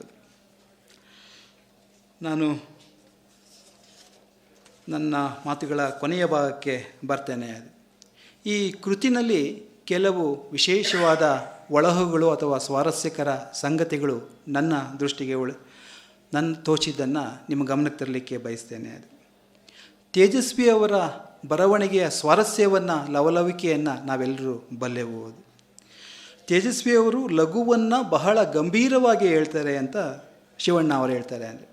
ಅಂದರೆ ಪರಿಣಾಮದ ದೃಷ್ಟಿಯಿಂದ ತೇಜಸ್ವಿಯವರು ಯಾವ ಲಘುತನವನ್ನು ಗಂಭೀರತನಕ್ಕೆ ಒಯ್ತಾರೆ ಅದು ಹೆಚ್ಚು ಯಶಸ್ವಿಯಾಗಿರುವಂತಹ ಒಂದು ಮಾದರಿ, ತುಂಬ ಅಪರೂಪದ ಮಾದರಿ. ಅಂದರೆ ಲಘುತನಕ್ಕೆ ಒಂದು ಘನತೆಯನ್ನು ತಂದುಕೊಡುವಂತಹ ಮಾದರಿ ಅದು. ತೇಜಸ್ವಿಯವರಿಗೆ ಯಾವುದು ಸಹಜ ಅನಿಸುತ್ತೆ, ಯಾವ ವಿನೋದ ಪ್ರಜ್ಞೆ, ವ್ಯಂಗ್ಯ ತೇಜಸ್ವಿಯವರ ಮೂಲಕ ಯಶಸ್ಸನ್ನು ಕಾಣುತ್ತೆ, ಆದರೆ ಚಂಪಾ ಅವರ ವಿಷಯದಲ್ಲಿ ಅದು ಉಲ್ಟಾ ಆಗುತ್ತೆ ಅಂತ ಶಿವಣ್ಣ ಅವರು ಅಭಿಪ್ರಾಯಪಡ್ತಾರೆ. ಈ ಮಾತನ್ನು ಒಪ್ಕೊಳ್ಳಿಕ್ಕೆ ನನಗೆ ವೈಯಕ್ತಿಕವಾಗಿ ಕಷ್ಟ. ಚಂಪಾ ತಮ್ಮ ನಾಟಕಗಳ ಮೂಲಕ, ಹಾಸ್ಯದ ಮೂಲಕ ಹೇಳ್ತಾ ಇರುವಂಥ ಸಂಗತಿಗಳಿದೆಯಲ್ಲ, ಆ ಹಾಸ್ಯ ವ್ಯಂಗ್ಯವನ್ನು ಬೆಳೆಸ್ತಾ ಇರುವಂಥ ಕಾರಣಕ್ಕೆ ಅದು ಗಾಂಭೀರ್ಯವನ್ನು ಕಳ್ಕೊಳ್ಳುತ್ತೆ ಅನ್ನುವಂತಹ ಅರ್ಥದ ಮಾತುಗಳನ್ನು ಶಿವಣ್ಣ ಬರೆದಿದ್ದಾರೆ. ನಾಟಕಗಳಲ್ಲಿ ಮಾತ್ರ ಅಲ್ಲ, ಭಾಷಣಗಳಲ್ಲಿ ಕೂಡ ತಾವು ಹೇಳಬೇಕು ಅಂತ ಅಂದುಕೊಂಡಿದ್ದಂತಹ ಸಾಂಸ್ಕೃತಿಕ ಅನಿಷ್ಟಗಳನ್ನು ಹಾಸ್ಯವಾಗಿ ತೇಲಿಸಿ ಮಾತನಾಡಿ ಬಿಡುತ್ತಾರೆ ಅಂತ ಚಂಪಾ ಅವ್ರ ಬಗ್ಗೆ ಹೇಳ್ತಾರೆ. ಈ ಅಭಿಪ್ರಾಯವನ್ನು ಒಪ್ಕೊಳ್ಳಿಕ್ಕೆ ಸ್ವಲ್ಪ ಕಷ್ಟ. ಇದು ಕೊಂಚ ಅವಸರದ ತೀರ್ಮಾನ ಅಂತ ನನಗೆ ಅನಿಸುತ್ತೆ. ಯಾಕೆಂದರೆ ಚಂಪಾ ಅವರ ಮಾತಿನ ಶಕ್ತಿ ಇರ್ಬೋದು ಅಥವಾ ಬರವಣಿಗೆಯ ಶಕ್ತಿ ಇರ್ಬೋದು, ಅದು ವ್ಯಂಗ್ಯ ಅಥವಾ ವಿಡಂಬನೆ ಅಂತ ನನಗೆ ಅನಿಸುತ್ತೆ. ವ್ಯಂಗ್ಯ ಮತ್ತು ವಿಡಂಬನೆಗಳನ್ನು ತೆಗೆದಿಟ್ಟರೆ ಚಂಪಾ ಅವರ ವ್ಯಕ್ತಿತ್ವವೂ ಇಲ್ಲ, ಬರವಣಿಗೆಯೂ ಕೂಡ ನಮಗೆ ಸಿಗಲ್ಲ ಅಂತ ನನಗೆ ಅನಿಸುತ್ತೆ. ಮತ್ತು ಇವತ್ತಿನ ಓದಿನ ಪ್ರವೃತ್ತಿಗಳಿಗೆ ಸಂಬಂಧಿಸಿದ ಬಿಕ್ಕಟ್ಟಿನ ಬಗ್ಗೆ ಅವರು ಗಮನವನ್ನು ಸೆಳೀತಾರೆ. ಉತ್ಕೃಷ್ಟ ಸಾಹಿತ್ಯವನ್ನು ರಚನೆ ಮಾಡಿದ್ರೂ ಕೂಡ ಕೆಲವರು ಅದರ ಬಗ್ಗೆ ತುಟಿಯನ್ನು ಬಿಚ್ಚಲ್ಲ. ಇದರಿಂದ ಸಾಹಿತ್ಯ ಮತ್ತು ಸಾಹಿತಿ ಸೊರಗ್ತಾ ಇದ್ದಾನೆ. ಬಹುಶಃ ಏಕಲವ್ಯ ರೂಪದ ಈ ಸಿದ್ಧಿ ಇದೆಯಲ್ಲ, ಈ ಸಂಶೋಧನೆ ಇದೆಯಲ್ಲ, ಅದಕ್ಕೆ ಗೌರವ ಅಥವಾ ಮನ್ನಣೆ ಸಿಗುವಂಥದ್ದು ಒಂದು ಕಾಲದ ಪರೀಕ್ಷೆಯಲ್ಲೇ ನಿರ್ಧಾರ ಆಗಬೇಕು ಅನ್ನುವಂಥ ಮಾತನ್ನು ಅವರು ಆಡ್ತಾರೆ. ಮತ್ತು ಗೋಹೃದಯಿ ಅನ್ನುವಂತಹ ಒಂದು ಹೊಸ ಪದವನ್ನು ಅವರು ಟಂಕಿಸಿದ್ದಾರೆ. ಬಹುಶಃ ಅದು ನಾನು ಮೊದಲ ಬಾರಿಗೆ ಓದಿದಂತಹ ಪದ ಅದು. ಬಹುಸಂಖ್ಯಾತರ ಈ ದಲಿತರಿದ್ದಾರಲ್ಲ ಈ ದೇಶದಲ್ಲಿ, ಈ ಬಹುಸಂಖ್ಯಾತರ ಮೇಲೆ ಭಾರತದಲ್ಲಿ ಇವತ್ತಿಗೂ ಹಲ್ಲೆ, ಹಿಂಸೆ, ಅವಮಾನಗಳು ಆಗ್ತಾ ಇದ್ದಾವೆ. ಇಂತಹ ಸ್ಥಿತಿಯನ್ನು ಸೃಷ್ಟಿ ಮಾಡಿರುವಂತಹ ಗೋ ಹೃದಯಗಳಿಗೆ ಆ ಗೋಮಾತೆ ತನ್ನ ಮಾತೃಪ್ರೀತಿಯನ್ನು ಕರುಣಿಸಲಿಲ್ಲವಲ್ಲ ಅನ್ನುವಂತಹ ಒಂದು ಮಾತನ್ನು, ಮಾರ್ಮಿಕವಾದ ಮಾತನ್ನು ಅವರು ಬಳಸ್ತಾರೆ. ಅದು ಮೇಡಮ್ ಅವರ ಹೇಳಿದಾಗೆ ಮಳವಳ್ಳಿ ನುಡಿ ಕನ್ನಡ ಇದೆಯಲ್ಲ, ಅದು ಈ ಕೃತಿಯ ಬೇರೆ ಬೇರೆ ಸಂದರ್ಭಗಳಲ್ಲಿ ಬೇರೆ ಬೇರೆ ರೂಪದಲ್ಲಿ ನಮಗೆ ಎದುರಾಗ್ತಾ ಹೋಗುತ್ತೆ. ಇಲ್ಲಿ ಒಂದು ಅವರ ನಿಲುವು ತುಂಬ ಗಮನ ಸೆಳೀತು ನನಗೆ. ಅಂದರೆ ಕೆಳಜಾತಿಯ ಜನರು ಆ ಶಬ್ದಗಳನ್ನು ಅವರೇ ಬಳಸಿರುವಂಥದ್ದು, ಅದಕ್ಕಾಗಿಯೇ ನಾನು ಬಳಸ್ತಾ ಇದ್ದೇನೆ. ಕೆಳಜಾತಿಯ ಜನರು ಮೇಲ್ಜಾತಿಯ ಜನರನ್ನು ಕರೆಯುವ ಸಂದರ್ಭದಲ್ಲಿ ಬಹುವಚನವನ್ನು ಬಳಸ್ತಾರಲ್ಲ, ಮತ್ತು ನಾವು ಯಾವುದು ಗೌರವಯುತ ಪದಗಳು ಅಂತ ಭಾವಿಸ್ತೇವೋ ಆ ಪದಗಳನ್ನು ಕೆಳಜಾತಿಯ ಜನರು ಮೇಲ್ಜಾತಿಯ ಜನರಿಗೆ ಸಂಬಂಧಪಟ್ಟಂತೆ ಬಳಸ್ತಾರೆ. ಆದರೆ ಮೇಲ್ಜಾತಿಯ ಜನರು ಕೆಳಜಾತಿಯ ಜನರ ಮಾತಾಡಿಸುವಾಗ ಏಕವಚನವನ್ನು ಬಳಸ್ತಾರೆ. ಮತ್ತು ಆ ಸಭ್ಯತೆ ಅಂತ ನಾವು ಯಾವ ಪದಗಳನ್ನು ಕರೆಯೋದಿಲ್ವೋ, ಅಸಭ್ಯ ಪದಗಳು ಅಂತ ನಾವು ಕರಿತೇವೋ ಆ ಪದಗಳನ್ನು ಮೇಲ್ಜಾತಿಯ ಜನರು ಬಳಸ್ತಾರೆ ಅಂತ ಒಂದು ಸಂಗತಿಯನ್ನು ಅವರು ಉದಾಹರಣೆಗಳ ಸಮೇತ ಒಂದು ಪಟ್ಟಿಯನ್ನೇ ಕೊಡ್ತಾರೆ. ಇಂಥ ಪದಗಳನ್ನು ಇವರು ಬಳಸ್ತಾರೆ, ಇಂಥ ಪದಗಳನ್ನು ಇವರು ಬಳಸ್ತಾರೆ ಅಂತ. ಆ ಪಟ್ಟಿಯನ್ನು ನೋಡಿದಾಗ ನನಗೆ ಅನಿಸಿದ್ದು, ಯಾವುದು ಸಂಸ್ಕೃತಿ ಅಥವಾ ಯಾವುದು ನಾಗರಿಕತೆ ಅನ್ನುವಂಥದ್ದನ್ನು ಈ ಪದಗಳ ಮೂಲಕ ನಾವು ಗುರುತಿಸಲಿಕ್ಕೆ ಸಾಧ್ಯ ಇದೆ. ನಾವು ಯಾವುದು ಮೌಲ್ಯಗಳು ಅಂತ ಹೇಳ್ತೇವೆ, ಯಾವುದು ಮಾನವೀಯತೆ ಅಂತ ಹೇಳ್ತೇವೆ, ಆ ಮೌಲ್ಯ ಮತ್ತು ಮಾನವೀಯತೆಯ ವಕ್ತಾರರಾಗಿ ಚರಿತ್ರೆಯುದ್ದಕ್ಕೂ ನಿಂತಿರ್ಬೋದು ಅಥವಾ ಅವುಗಳನ್ನು ಕಾಪಾಡಿಕೊಂಡು ಬಂದಿರುವಂಥದ್ದು ದುರ್ಬಲ ವರ್ಗಗಳೇ ಹೊರತು ಈ ಶೋಷಣೆಯ ಮಾಡ್ತಾ ಇದ್ದಾರಲ್ಲ ಆ ವರ್ಗಗಳು ಅಲ್ಲ ಅನ್ನುವಂಥ ಒಂದು ಸತ್ಯವನ್ನು ಈ ಪಟ್ಟಿ ನಮಗೆ ಕಾಣಿಸುತ್ತೆ ಅಂತ ನನಗೆ ಅನಿಸುತ್ತೆ. ಹೀಗೆ ಹೇಳ್ತಾ ಹೋದರೆ ಪ್ರತಿಯೊಂದು ಲೇಖನದ ಬಗ್ಗೆ ಅದು ಮುಗಿಯಲ್ಲ. ಯಾಕೆಂದರೆ ಶಿವಣ್ಣ ಅವರ ಒಂದು ವೈವಿಧ್ಯ ಅಷ್ಟು ವಿಸ್ತಾರವಾಗಿದೆ. ಮತ್ತು ಮಳವಳ್ಳಿ ನುಡಿ ಕನ್ನಡ ಅಂತ ಇದೆಯಲ್ಲ, ಅದು ಆ್ಯಕ್ಚುಲಿ ಅವರು ಒಂದು ಮಳವಳ್ಳಿ ಕನ್ನಡ ಜಗತ್ತನ್ನು ಕಟ್ಕೊಂಡಿದ್ದಾರೆ. ಅವರು ಕನ್ನಡ ಭಾಷೆಯ ಬಗ್ಗೆ ಮಾತಾಡ್ತಾ ಇದ್ದರೂ ಕೂಡ ಕನ್ನಡ ನುಡಿಯ ಬಗ್ಗೆ ಅವರ ಚಿಂತನೆಗಳನ್ನು ನಮ್ಮ ಜೊತೆ ಹಂಚ್ಕೋತಾ ಇದ್ದರೂ ಕೂಡ ಅದು ಮಳವಳ್ಳಿ ಕನ್ನಡದ ಮೂಲಕ ಈ ವಿಸ್ತಾರವಾದ ಒಂದು ಕನ್ನಡವನ್ನು ನೋಡುವ ಒಂದು ಕ್ರಮ ಅಂತಲೇ ನಾವು ಭಾವಿಸಬೇಕು. ಅದು ನಾನು ಕೊನೆಯದಾಗಿ ಈ ಪುಸ್ತಕದ 2 ಉಲ್ಲೇಖಗಳ ಮುಖಾಂತರ ನನ್ನ ಮಾತುಗಳನ್ನು ಮುಗಿಸಲಿಕ್ಕೆ ಬಯಸ್ತೇನೆ. ಅದು ಮೊದಲನೇ ಉಲ್ಲೇಖ ಮಂಪರು ಕಾದಂಬರಿಯ ಒಂದು ವಿಶ್ಲೇಷಣೆಯಲ್ಲಿ ಅವರು ಬಳಸುವಂತಹ ಒಂದು ಮಾತು. ಅದು ಅವರು ಬರೀತಾರೆ, ಈ ಕಾದಂಬರಿಯಲ್ಲಿ ಬರುವ ಎಲ್ಲ ಪಾತ್ರಗಳು ಒಂದಲ್ಲ ಒಂದು ಬಗೆಯ ಮಂಪರಿಗೆ ಒಳಗಾದವರೇ ಆಗಿದ್ದಾರೆ. ಮನುಷ್ಯ ಲೋಕವೇ ಮಂಪರಿನಲ್ಲಿ ಚಲಿಸುತ್ತಿದೆ ಎನ್ನುವುದನ್ನು ಕಾದಂಬರಿ ಹೇಳುತ್ತಿದೆ. ಮನುಷ್ಯ ತನ್ನ ಮಂಪರಿನಿಂದ ಹೊರಬಂದಾಗ ಮಾತ್ರ ಲೋಕಸತ್ಯಗಳು ಕಾಣಿಸುತ್ತವೆ ಅನ್ನುವಂಥ ಮಾತು. ಅದು 2ನೇ ಉಲ್ಲೇಖ ಶಿವರಾಮ ಕಾಡನಕುಪ್ಪೆಯವರ ನೀಲಿ ಚಂದ್ರಮ ಸಂಕಲನದ ಕವಿತೆಯ ಕೆಲವು ಸಾಲುಗಳು. ಆ ಸಾಲುಗಳು ಹೀಗಿದ್ದಾವೆ: ಬಣ್ಣ ಜಾತಿ ಎಣಿಸುವುದಿಲ್ಲ, ನಿವಾರಿಸುತ್ತೇವೆ. ಮಿಶ್ರಗೊಂಡ ಸಮಾನ ತಳಿ ಸೃಷ್ಟಿಸುತ್ತೇವೆ. ನಾವು ಬಂಡಾಯದವರು ಬರುತ್ತಿದ್ದೇವೆ, ನಾವು ಬಂಡಾಯದವರು ಬರುತ್ತಿದ್ದೇವೆ. ಶಾಂತಿ ಮಂತ್ರ ಹೇಳುತ್ತಾ, ಪ್ರೀತಿ ಮಂತ್ರ ಹೇಳುತ್ತಾ ಅಂತ. ನಾನು ಈ 2 ಉಲ್ಲೇಖಗಳನ್ನು ವಿಶೇಷವಾಗಿ ನೆನಪಿಸ್ಕೊಳ್ಳಲಿಕ್ಕೆ ಕಾರಣ, ಇವು ಶಿವಣ್ಣನವರ ಬರವಣಿಗೆಯ ಗುಣ ಹಾಗೂ ಮನೋಧರ್ಮದ ವ್ಯಾಖ್ಯೆಗಳು ಕೂಡ ಹೌದು ಅಂತ ನನಗೆ ಅನಿಸಿದ ಕಾರಣಕ್ಕಾಗಿ. ಅದು ಇವರ ಬರವಣಿಗೆ ಇದೆಯಲ್ಲ, ಇದು ಸಹೃದಯರನ್ನು ಮಂಪರಿನಿಂದ ಹೊರಬರಲಿಕ್ಕೆ ಒತ್ತಾಯ ಮಾಡುವಂತಹದ್ದು ಅಂತ ನನಗೆ ಅನಿಸುತ್ತೆ. ಅದು ಸಾಂಸ್ಕೃತಿಕ ಮಂಪರಿರ್ಬೋದು, ಧಾರ್ಮಿಕ ಮಂಪರಿರ್ಬೋದು, ರಾಜಕಾರಣದ ಮಂಪರು ಇರ್ಬೋದು. ಈ ಎಲ್ಲ ಬಗೆಯ ಮಂಪರುಗಳಿಂದ ವ್ಯಕ್ತಿ ಹೊರಗೆ ಬಂದಾಗ ಮಾತ್ರ ಅವನಿಗೆ ಈ ಲೋಕದ ಸತ್ಯಗಳನ್ನು ಕಾಣಲಿಕ್ಕೆ ಸಾಧ್ಯ ಆಗುತ್ತೆ ಅನ್ನುವಂತಹದ್ದು ಈ ಕೃತಿಯ ಎಲ್ಲ ಬರಹಗಳ ಒಟ್ಟಾರೆ ಒಂದು ಆಶಯ ಅಂತ ನಾನು ಭಾವಿಸ್ತೇನೆ. ಅಂದರೆ ಈ ಮಂಪರಿನಿಂದ ಹೊರಬಂದು ಲೋಕವನ್ನು ನೋಡುವಂತಹ ಒಂದು ಸತ್ಯದ ಸಾಕ್ಷಾತ್ಕಾರದ ದಾರಿ ಇದೆಯಲ್ಲ, ಆ ದಾರಿನಲ್ಲಿ ಶಿವಣ್ಣನವರು ಸ್ವತಃ ನಡೀತಾ ನಮ್ಮನ್ನು ಕೂಡ ಜೊತೆಗೆ ಕರೆದುಕೊಂಡು ಹೋಗಲಿಕ್ಕೆ ಈ ಕೃತಿಯ ಮುಖಾಂತರ ಪ್ರಯತ್ನ ಪಡ್ತಾ ಇದ್ದಾರೆ ಅಂತ ನನಗೆ ಅನಿಸುತ್ತೆ. ಅದು ಮತ್ತು ಆ ಕವಿತೆಯ ಸಾಲುಗಳಿದೆಯಲ್ಲ, ಅದು ನಾವು ಬರುತ್ತಿದ್ದೇವೆ ಬಂಡಾಯದವರು, ಶಾಂತಿ ಮಂತ್ರ ಹೇಳುತ್ತಾ, ಪ್ರೀತಿ ಮಂತ್ರ ಹೇಳುತ್ತಾ ಅಂತ. ಈ ಉದ್ಘೋಷ ಶಿವಣ್ಣನವರ ಭಾಷೆಯ ಅಂತರ್ಗತ ಒಂದು ಕೇಂದ್ರ ಕೂಡ ಆಗಿದೆ ಅಂತ ನನಗೆ ಅನಿಸುತ್ತೆ. ಅದು ಅವರು ನೆಚ್ಚಿಕೊಂಡಿರುವಂತಹ ಈ ಶಾಂತಿ ಮತ್ತು ಪ್ರೀತಿ ಓದುಗರಿಗೂ ದೊರಕಲಿ, ಓದುಗರಿಂದ ಶಿವಣ್ಣನವರಿಗೂ ಪ್ರೀತಿ ದೊರಕಲಿ ಅಂತ ಆಶಿಸ್ತಾ ನನ್ನ ಮಾತುಗಳನ್ನು ಮುಗಿಸ್ತೇನೆ. ನಮಸ್ಕಾರ.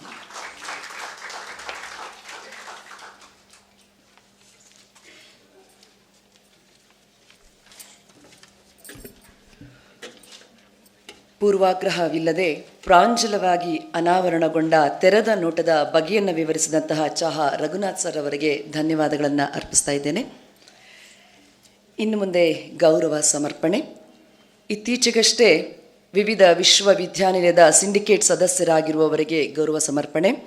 HL ಪುಷ್ಪಾ ಮೇಡಮ್ ಅವರು ದಯಮಾಡಿ ಇವರಿಗೆ ಗೌರವವನ್ನು ಸಮರ್ಪಿಸಬೇಕು ಅಂತ ಹೇಳಿ ಕೇಳ್ಕೊಳ್ತೇನೆ.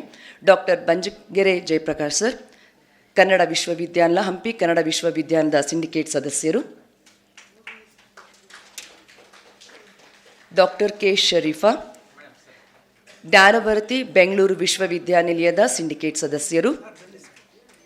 ಚಾಹಾ ರಘುನಾಥ್ರವರು, ಬಳ್ಳಾರಿ ಶ್ರೀ ಕೃಷ್ಣದೇವರಾಯ ವಿಶ್ವವಿದ್ಯಾನಿಲಯದ ಸಿಂಡಿಕೇಟ್ ಸದಸ್ಯರು. ಇವರಿಗೆ ಇಂದಿನ ಕಾರ್ಯಕ್ರಮದಲ್ಲಿ ಗೌರವಾರ್ಪಣೆ HL ಪುಷ್ಪಾರವರಿಂದ.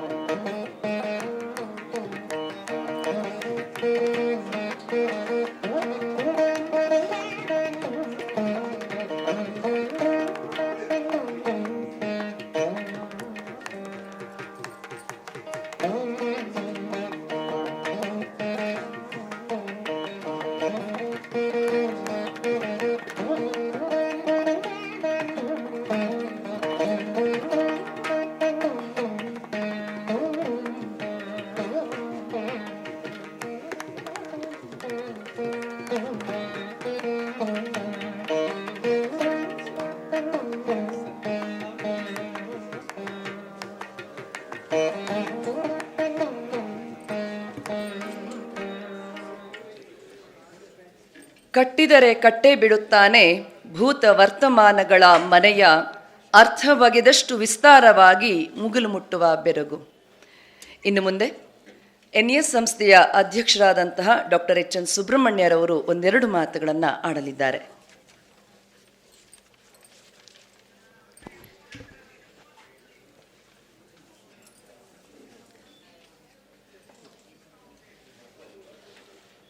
ಸಮಾರಂಭದ ಅಧ್ಯಕ್ಷತೆ ವಹಿಸಿರ್ತಕ್ಕಂಥ ಸನ್ಮಾನ್ಯ ಶ್ರೀ ಬಂಜಗೆರೆ ಜಯಪ್ರಕಾಶ್ ಅವರೇ ಮತ್ತು ಪುಸ್ತಕ ಲೋಕಾರ್ಪಣೆ ಮಾಡಿದಂಥ ಕವಿಯತ್ರಿ ಕೆ ಶರೀಫಾರವರೇ, ಪುಸ್ತಕ ಕುರಿತು ವಿಮರ್ಶನೆ ಮಾಡಿದಂಥ CH ರಘುನಾಥರವರೇ, ಎಲ್ಲರಿಗೂ ನನ್ನ ಸಹೃದಯ ನಮಸ್ಕಾರಗಳು. ನಾವು ನ್ಯಾಷನಲ್ ಎಜುಕೇಷನ್ ಸೊಸೈಟಿಯ ಪರವಾಗಿ ಸನ್ಮಾನ್ಯ ಶ್ರೀ ಶಿವಣ್ಣರವರಿಗೆ ಆದಷ್ಟು ಸಪೋರ್ಟ್ ಮಾಡಿ, ಅಂದರೆ ಬೇಕಾದಷ್ಟು ಅವರ ಕಷ್ಟ ಕಾಲಗಳಲ್ಲಿ ಅವ್ರ ಬೆನ್ನಿಗೆ ನಿಂತು ಅವ್ರಿಗೆ ಹುರಿದುಂಬಿಸುವಂಥ ಮಾತುಗಳನ್ನಾಡಿ ಯಾವತ್ತೂ ನಿಸ್ತೇಜರಾಗಬಾರ್ದು ಅಂತಕ್ಕಂಥ ದೃಷ್ಟಿಯಿಂದ ಬೇಕಾದಷ್ಟು ಸಪೋರ್ಟ್ ಮಾಡಿ ನಾವು ಮಾತಾಡಿ ಅವ್ರನ್ನ ಈ ಕೃತಿ ಈ ಲೆವೆಲ್ಗೆ ಬರೋ ಹಾಗೆ ನಾವು ಮಾಡಿರ್ತಕ್ಕಂಥ ಪ್ರಯತ್ನ ಪ್ರಾಯಶಃ ಅವರು ಕೂಡ ಮರೀಲಾರರು ಅಂತ ನಾನು ಭಾವಿಸ್ತೀನಿ. ಅದು ಅಲ್ಲದೆ ಇನ್ನು ಮುಂದೆ ಕೂಡ ನ್ಯಾಷನಲ್ ಎಜುಕೇಷನ್ ಸೊಸೈಟಿ ಪರವಾಗಿ ಯಾರ್ಯಾರು ಇಂಥ ಕೃತಿಗಳನ್ನು ರಚನೆ ಮಾಡ್ತಾರೆ ಅವರಿಗೆ ಎಲ್ಲ ವಿಧವಾದಂಥ ಒಂದು ರಕ್ಷಣೆ ಮತ್ತು ಫೈನಾನ್ಷಿಯಲ್ ಸಪೋರ್ಟ್, ಅದನ್ನು ಹೇಳಬಾರದು ನಾನು, ಆದರೂ ಹೇಳ್ತೀನಿ, ಅಂಥದ್ದನ್ನು ಕೂಡ ನಾವು ಮಾಡಿ ಅವರಿಗೆ ಪ್ರೋತ್ಸಾಹ ಮಾಡತಕ್ಕಂಥ ಪ್ರಯತ್ನದಲ್ಲಿ ನಾವು ಇದ್ದೀವಿ. ಆದ್ದರಿಂದ ಇವತ್ತಿನ ದಿವಸ ಇಂಥ ಒಳ್ಳೆಯ ಪುಸ್ತಕ ಬಿಡುಗಡೆ ಮಾಡ್ತಾ ಇರ್ತಕ್ಕಂಥದ್ದು ನಮ್ಮ ನ್ಯಾಷನಲ್ ಎಜುಕೇಷನ್ ಸೊಸೈಟಿಯ ಸೌಭಾಗ್ಯ ಅಂತಕ್ಕಂಥದ್ದನ್ನಾಗಿ ನಾನು ಭಾವಿಸಿ ನನ್ನ ಎರಡು ಮಾತನ್ನು ಮುಕ್ತಾಯ ಮಾಡಿಕೊಳ್ತೀನಿ. ನಮಸ್ಕಾರ.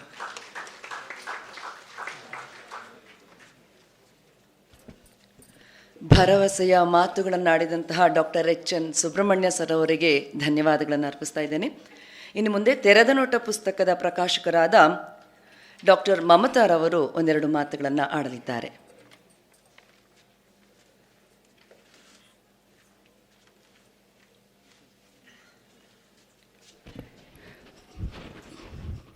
ಪ್ರಕಾಶಕಿ. ಓಕೆ, ಎಲ್ಲರಿಗೂ ನಮಸ್ಕಾರ. ನನಗೆ ಆ್ಯಕ್ಚುಲಿ ವೇದಿಕೆ ಮೇಲೆ ಕೂತ್ಕೊಳ್ಳೋದು ಮತ್ತು ಮಾತಾಡೋದು ಭಾಳ ಮುಜುಗರ, ಮತ್ತು ಏನು ಕೆಲಸ ಇದೆಯೋ ಅದನ್ನು ಮಾಡಿ ಹಿಂದೆ ಹೋಗಿ ಎಲ್ಲರೂ ಕೂತ್ಕೊಂಡ್ಬಿಟ್ರೆ ಭಾಳ ಒಳ್ಳೆಯದು. ಅದನ್ನು ನಂಬ್ದೋಳು ನಾನು.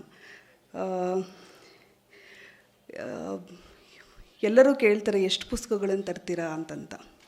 ಅಂದರೆ ಈ ಥರದ್ದು ಒಂದು ಹೊಸದು ಮತ್ತು ಮೊದಲನೇ ಸಲ ಬರಿತಾ ಇರೋಂಥ ಶಿವಣ್ಣ ಸರ್ ಅವರು. ನಾನು ತುಂಬ ಕಾರ್ಯಕ್ರಮಗಳೆಲ್ಲ ಅವ್ರನ್ನ ನೋಡ್ತಾ ಇದ್ದೆ. ತುಂಬ ಸೈಲೆಂಟಾಗಿ ಎಲ್ಲೋ ಒಂದು ಕಡೆ ಕೂತ್ಕೊಂಡು ಎಲ್ಲವನ್ನೂ ಕೇಳಿಸ್ಕೊಳ್ತಾ ಆಮೇಲೆ ಸೈಲೆಂಟಾಗಿ ಹೋಗ್ತಾ ಇರ್ತಾರೆ ಶಿವಣ್ಣ ಸರು. ಸೊ ಅವರು ಈ ಥರದೊಂದು ಪುಸ್ತಕ ಇದೆ, ಮೊದಲನೇ ಪುಸ್ತಕ ಅಂತಂದಾಗ ನಾವು ಈ ರೀತಿಯಾದ ಪುಸ್ತಕಗಳನ್ನು ಹೊರತರೋದು ತುಂಬ ಮುಖ್ಯ, ಮತ್ತು ಕೌದಿಯ ಉದ್ದೇಶವೂ ಸಹಿತ ಅದೇ ಆಗಿರುತ್ತೆ. ಹಾಗಾಗಿ ಈ ಪುಸ್ತಕವನ್ನು ನಮಗೆ ಪ್ರಕಟಣೆ ಮಾಡೋದಕ್ಕೆ ಕೊಟ್ಟಿದ್ದಕ್ಕೆ ಮತ್ತು ಇದನ್ನು ಲೋಕಾರ್ಪಣೆ ಮಾಡಿದ ಮೇಡಮ್ಗೆ ಮತ್ತು ಎಲ್ಲರಿಗೂ JP ಸರ್ಗೆ ಮತ್ತು ರಘುನಾಥ್ ಛಾ ಸರ್ಗೂ ಸಹಿತ, ಮತ್ತು ಸುಮಾರು ಜನ ಬಂದಿದ್ದೀರಾ ಇಲ್ಲಿ. ಖಂಡಿತ ನಾನು ಎಕ್ಸ್ಪೆಕ್ಟ್ ಮಾಡಿರಲಿಲ್ಲ. ಥ್ಯಾಂಕ್ ಯು ಸೋ ಮಚ್ ಬಂದಿದ್ದಕ್ಕೆ. ಹೀಗೆ ನಿಮ್ಮ ಪ್ರೋತ್ಸಾಹ ಸದಾ ಕೌದಿ ಮೇಲೆ ಇರಲಿ ಅಂತಂತ ಕೇಳ್ಕೊಳ್ತೇನೆ. Thank you.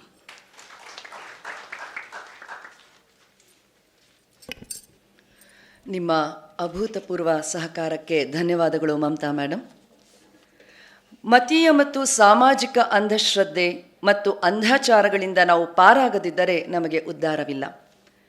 ಈಗ ಲೇಖಕರ ಮಾತು. ಡಾಕ್ಟರ್ ಶಿವಣ್ಣರವರು ಮಾತನಾಡಲಿದ್ದಾರೆ.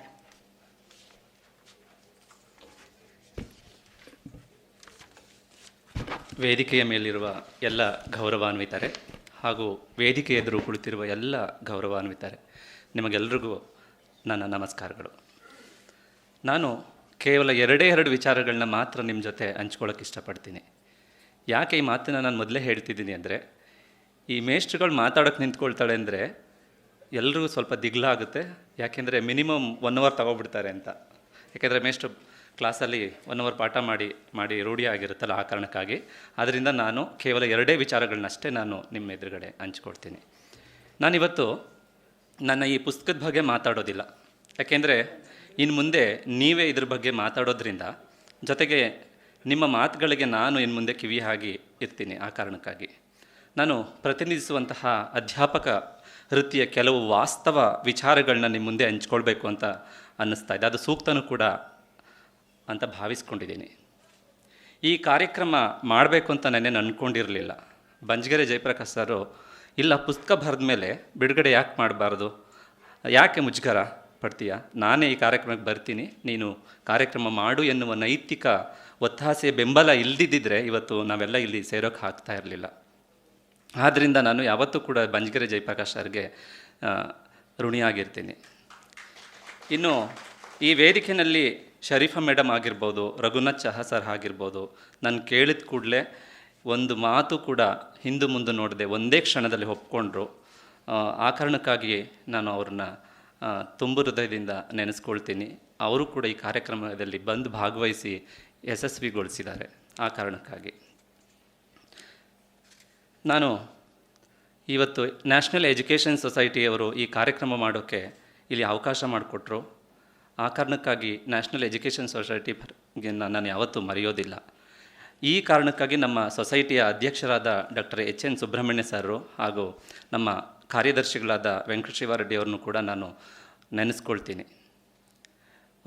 ಇನ್ನು ನನ್ನ ಈ ಬರಹಗಳನ್ನ ಹಿಂದು ಮುಂದೆ ಯೋಚನೆ ಮಾಡದೆ ನನ್ನ ಮೇಲೆ ನಂಬಿಕೆ ಇಟ್ಟು ಪ್ರಕಟ ಮಾಡಿದಂಥ ಕೌದಿ ಪ್ರಕಾಶನದ ಡಾಕ್ಟರ್ ಮಮತಾ ಮೇಡಮ್ ಆಗಿರ್ಬೋದು ಹಾಗೂ ಮುರಳಿ ಮೋಹನ್ ಕಾಟಿ, ಇವರಿಬ್ಬರಿಗೂ ಕೂಡ ನಾನು ತುಂಬ ಹೃದಯದ ಧನ್ಯವಾದಗಳನ್ನ ಹೇಳ್ತೀನಿ.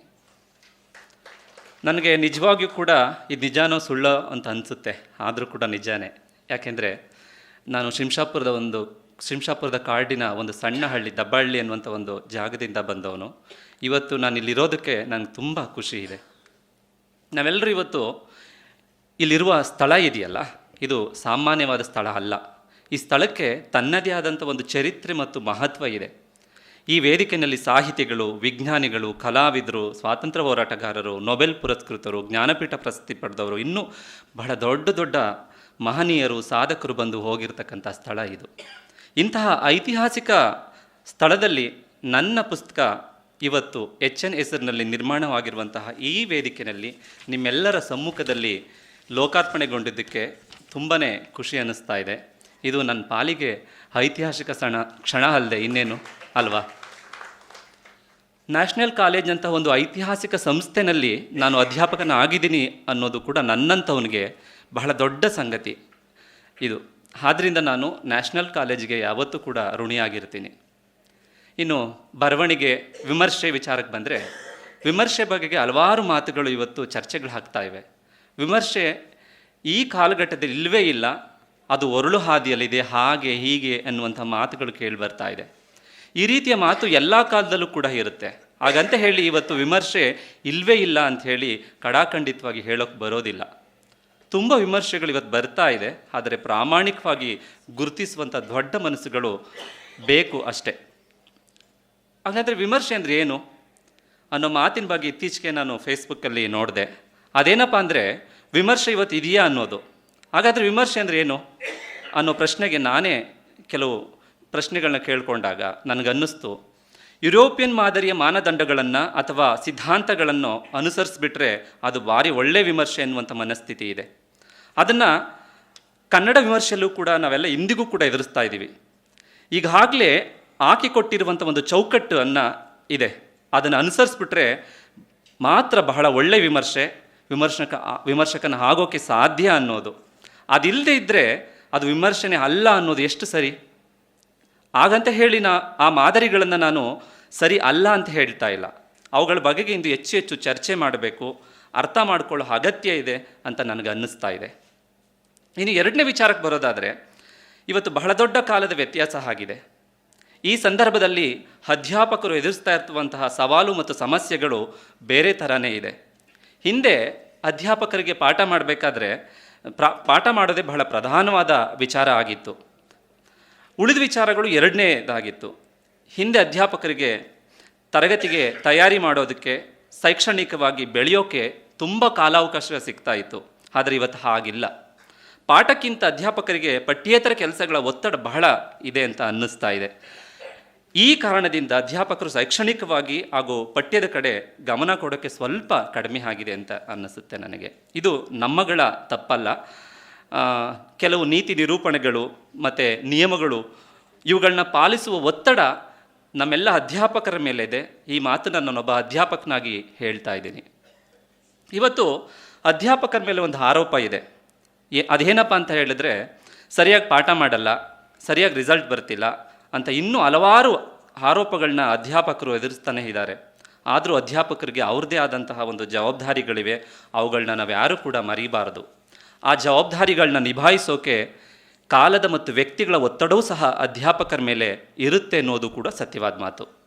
ಇದಕ್ಕೆ ಕಾರಣ ಇನ್ನೂ ಹಲವಾರು ಕಾರಣಗಳಿವೆ. ಅವುಗಳನ್ನ ಒಂದೇ ಮಾತಿನಲ್ಲಿ ಹೇಳಿ ಮುಗಿಸೋಕ್ಕೂ ಕೂಡ ಆಗೋದಿಲ್ಲ. ಶೈಕ್ಷಣಿಕ ವಲಯ ಕುಸಿಯೋದಕ್ಕೆ ಅಧ್ಯಾಪಕರು ಒಬ್ಬರೇ ಕಾರಣ ಅಂತ ನನಗನ್ಸೋಲ್ಲ. ಯಾಕೆಂತ ಹೇಳಿದರೆ, ಶೈಕ್ಷಣಿಕ ವಲಯಕ್ಕೆ ಇಂದು ಬಂಡವಾಳಶಾಹಿಗಳು, ಕಾರ್ಪೊರೇಟ್ ಮನಸ್ಥಿತಿಯವರು ಬಂದು ಆಕ್ರಮಿಸಿರೋದು ಬಹಳ ದೊಡ್ಡ ದುರಂತ ಅಂತ ಅನ್ನಿಸ್ತಾ ಇದೆ. ಶೈಕ್ಷಣಿಕ ವಿಚಾರಗಳ ಆಗು ಹೋಗುಗಳನ್ನು ಕುರಿತು ನಿರ್ಧರಿಸ್ತಾ ಇರೋರು ಯಾರಪ್ಪ ಅಂತ ಹೇಳಿದ್ರೆ ಅಧಿಕಾರಶಾಹಿ ಮತ್ತು ಆಡಳಿತ ವರ್ಗಗಳು. ಇದರಲ್ಲಿ ಆಯಾ ವಲಯದ ಪರಿಣತ ಅನುಭವ ಮತ್ತು ಸಮಸ್ಯೆಗಳನ್ನ ಅನುಭವಿಸಿದಂತಹ ವ್ಯಕ್ತಿಗಳು ನೇರವಾಗಿ ಪಾಲ್ಗೊಳ್ಳದಂತೆ ಮಾಡಿರುವ ವ್ಯವಸ್ಥಿತ ಕಾರ್ಯತಂತ್ರಗಳ ಬಗ್ಗೆಯೂ ಕೂಡ ನಾವು ಯೋಚನೆ ಮಾಡಬೇಕು. ಇವುಗಳ ಬಗ್ಗೆ ಬಹಳ ದೊಡ್ಡ ಚರ್ಚೆಗಳೇ ನಡಿಬೇಕಾಗಿದೆ. ಇದಾದಾಗ ಮಾತ್ರ ಶೈಕ್ಷಣಿಕ ಕ್ಷೇತ್ರವನ್ನು ನಾವು ಸುಧಾರಿಸೋಕ್ಕೆ ಸಾಧ್ಯ. ಇಲ್ಲದಿದ್ದರೆ ತುಂಬ ಕಷ್ಟ ಆಗುತ್ತೆ ಅಂತ ನನಗೆ ಅನ್ನಿಸ್ತಾ ಇದೆ.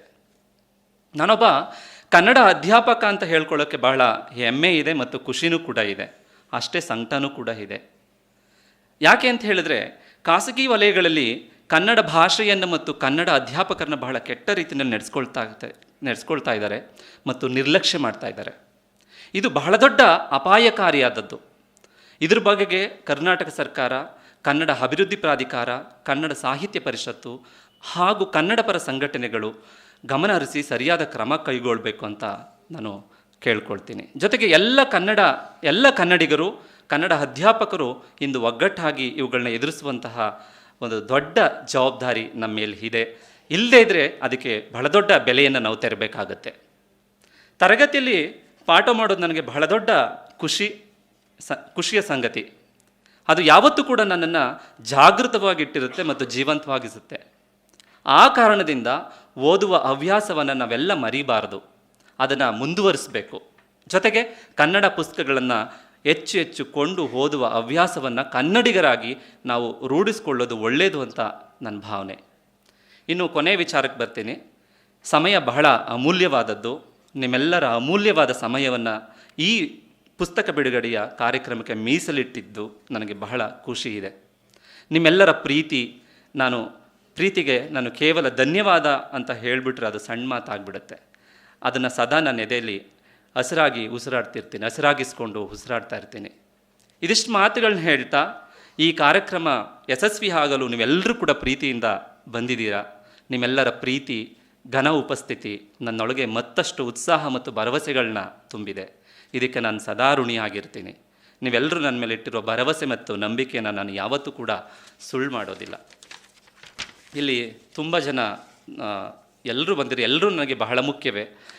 ಇಲ್ಲಿ ಮುಖ್ಯ ಅಮುಖ್ಯ ಅಂತ ಹೇಳಿಲ್ಲ, ಆದರೂ ಕೂಡ ಕೆಲವರ ಹೆಸರುಗಳನ್ನು ಮಾತ್ರ ನಾನು ಇಲ್ಲಿ ನೆನೆಸ್ಕೊಳ್ತೀನಿ.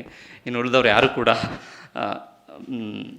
ನನ್ನ ಹೆಸರುಗಳನ್ನ ಹೇಳಲಿಲ್ಲ ಅಥವಾ ನೆನೆಸ್ಕೊಳ್ಳಿಲ್ಲ ಅಂತ ದಯವಿಟ್ಟು ಬೇಜಾರು ಮಾಡ್ಕೋಬಾರ್ದು. ಆ ಕಾರಣಕ್ಕಾಗಿ ಇಲ್ಲಿ GR ಸರ್ ಬಂದಿದ್ದರು, ಅವರು ಹೋಗಿದ್ದಾರೆ. ಮಾವಳಿ ಸರ್ ಇದ್ದರು, ಮತ್ತು HR ಸುಜಾತ ಮೇಡಮ್ ಕೂಡ ಇದ್ದಾರೆ, ಅಗ್ರಹಾರ ಕೃಷ್ಣಮೂರ್ತಿ ಸಾರು, ನಗರಗೆರೆ ರಮೇಶ್ ಸರ್ ಇದ್ದಾರೆ, ಮತ್ತು ಶಿವಾರೆಡ್ಡಿ ಸರ್ ಇದ್ದಾರೆ, CP Nagaraju, Kuruva Basavaraj sir, RG Halli Nagaraj sir, Prithvi Konanur sir, ಮತ್ತು HL Pushpa madam, Manjula madam, Rama Sidlingaiah madam, ಇನ್ನೂ ತುಂಬ ಜನ ಮಹನೀಯರೆಲ್ಲರೂ ಇದ್ದೀರ. ಮತ್ತು ಅರುಣ್ ಜೋಳದ ಕೂಡ್ಲಿಗರು ಬಹಳ ದೂರದಿಂದ ಬಂದಿದ್ದರು. ಮತ್ತು TH ಲವಕುಮಾರ್ ಅವರು ಕೂಡ ಇದ್ದಾರೆ, ಶ್ರೀಪಾದ್ ಭಟ್ರು, ಸುರೇಂದ್ರ ರಾವ್ ಅವರು, ಪ್ರಕಾಶ್ ಮಂಟೇದ, VL ನರಸಿಂಹಮೂರ್ತಿ, ಮಾರುತಿ, ಇನ್ನೂ ಬಹಳ ದೊಡ್ಡ ವ್ಯಕ್ತಿಗಳಲ್ಲಿ ಇದ್ದೀರಾ. ಹಾಗೆ ಇಲ್ಲಿ ನನ್ನ ಹಿರಿಯ ಅಧ್ಯಾಪಕರು, ನನ್ನ ಕನ್ನಡ ವಿಭಾಗ ಅಂತ ಹೇಳ್ಕೊಳ್ಳೋಕ್ಕೆ ನನಗೆ ತುಂಬಾ ಖುಷಿ ಆಗ್ತದೆ. ಹಾಗೆ ನಮ್ಮ ನಾಗರಾಜ್ ರೆಡ್ಡಿ ಸರು ಕೂಡ ಇಲ್ಲಿದ್ದಾರೆ. ಅವರೂ ಕೂಡ ನಾನು ಯಾವತ್ತೂ ಮರೆಯಲ್ಲ. ಅದರ ಸತ್ಯನೂ ಕೂಡ ಹೌದು. ಅವರೂ ಕೂಡ ನಾನು ಈ ಕ್ಷಣದಲ್ಲಿ ತುಂಬ ನೆನೆಸ್ಕೊಳ್ತೀನಿ. ಇಲ್ಲಿ ಕೂತಿದ್ದಾರೆ, ಅವರು ಬಹಳ ಮೌನದಿಂದ ನನ್ನ ಮಾತುಗಳನ್ನ ಕೇಳಿಸ್ಕೊಳ್ತಾ ಇದ್ದಾರೆ, ಖುಷಿ ಪಡ್ತಾರೆ ಅಂತ ನಾನು ಖಂಡಿತ ಭಾವಿಸ್ಕೊಂಡಿದ್ದೀನಿ. ಅವರು ಯಾವತ್ತೂ ನನ್ನ ಬಗ್ಗೆ ಖುಷಿನೇ ಹೊಂದಿರ್ತಾರೆ. ಹಾಗೆ ನನ್ನ ಕಾಲೇಜಿನ ಹಿರಿಯ ಅಧ್ಯಾಪಕರು, ಕನ್ನಡ ವಿಭಾಗದ ಬಸವರಾಜು ಸರು, BP ವೀರೇಂದ್ರ ಕುಮಾರ್ ಸರು, ಭುವನೇಶ್ವರ್ ಸರ್, ವೆಂಕಟೇಶ್ ಮೂರ್ತಿ ಸರ್ ಎಲ್ಲರೂ ಇದ್ದಾರೆ. ಮತ್ತು ನಮ್ಮ ಕಾಲೇಜಿನಲ್ಲಿ ಪ್ರಾಂಶುಪಾಲರಾಗಿದ್ದಂತಹ ಡಾಕ್ಟರ್ CB ಅನ್ನಪೂರ್ಣ ಮೇಡಮ್ಮು, ಮತ್ತು ಸಂಪತ್ ಕುಮಾರಿ ಮೇಡಮ್ಮು, ಜಗದಂಬ ಮೇಡಮ್ ಎಲ್ಲರೂ ಇದ್ದಾರೆ. ಅವ್ರಿಗೆಲ್ಲರೂ ಕೂಡ ನಾನು ಪ್ರೀತಿಯಿಂದ ನೆನ್ಕೊಳ್ತೀನಿ. ಅವರೆಲ್ಲರೂ ನನ್ನ ಹಿತೈಷಿಗಳು. ಆ ಕಾರಣಕ್ಕಾಗಿ ಮತ್ತು ಇಲ್ಲಿ ಬೇರೆ ಬೇರೆ ಕಾಲೇಜುಗಳಿಂದ ಅನೇಕ ಅಧ್ಯಾಪಕ ಮಿತ್ರರು ಕೂಡ ಇಲ್ಲಿ ಬಂದಿದ್ದಾರೆ. ಅವ್ರಿಗೂ ಕೂಡ ನಾನು ನಮಸ್ಕಾರಗಳನ್ನ ಹೇಳ್ತೀನಿ. ಹಾಗೆ ನಾಟಕಕಾರರಾದ ಬೇಲೂರು ರಘುನಂದನ್ ಅವರು ಕೂಡ ಇಲ್ಲಿ ಇದ್ದಾರೆ, ಅವರನ್ನು ಕೂಡ ನಾನು ನೆನೆಸ್ಕೊಡ್ತೀನಿ. ಹಾಗೆ ನಮ್ಮ ಕಾಲೇಜಿನ ಅಧ್ಯಾಪಕರೆಲ್ಲರೂ ಕಾರ್ಯ ಒತ್ತಡದ ನಿಮಿತ್ತ ಹಾಗೆ ಬಂದು ಹೋಗಿದ್ದಾರೆ. ನನಗೆ ಮುಖವನ್ನು ತೋರಿಸಿ ಬಾಯಿ ಹೇಳಿ ಅವರೂ ಕೂಡ ನಾನು ಯಾವುದೇ ಕಾರಣಕ್ಕೂ ನೆನೆಸ್ಕೊಳ್ಳಲ್ಲ, ಮರೆಯಲ್ಲ, ಅವ್ರನ್ನ ನಾನು ನೆನೆಸ್ಕೊಳ್ತೀನಿ.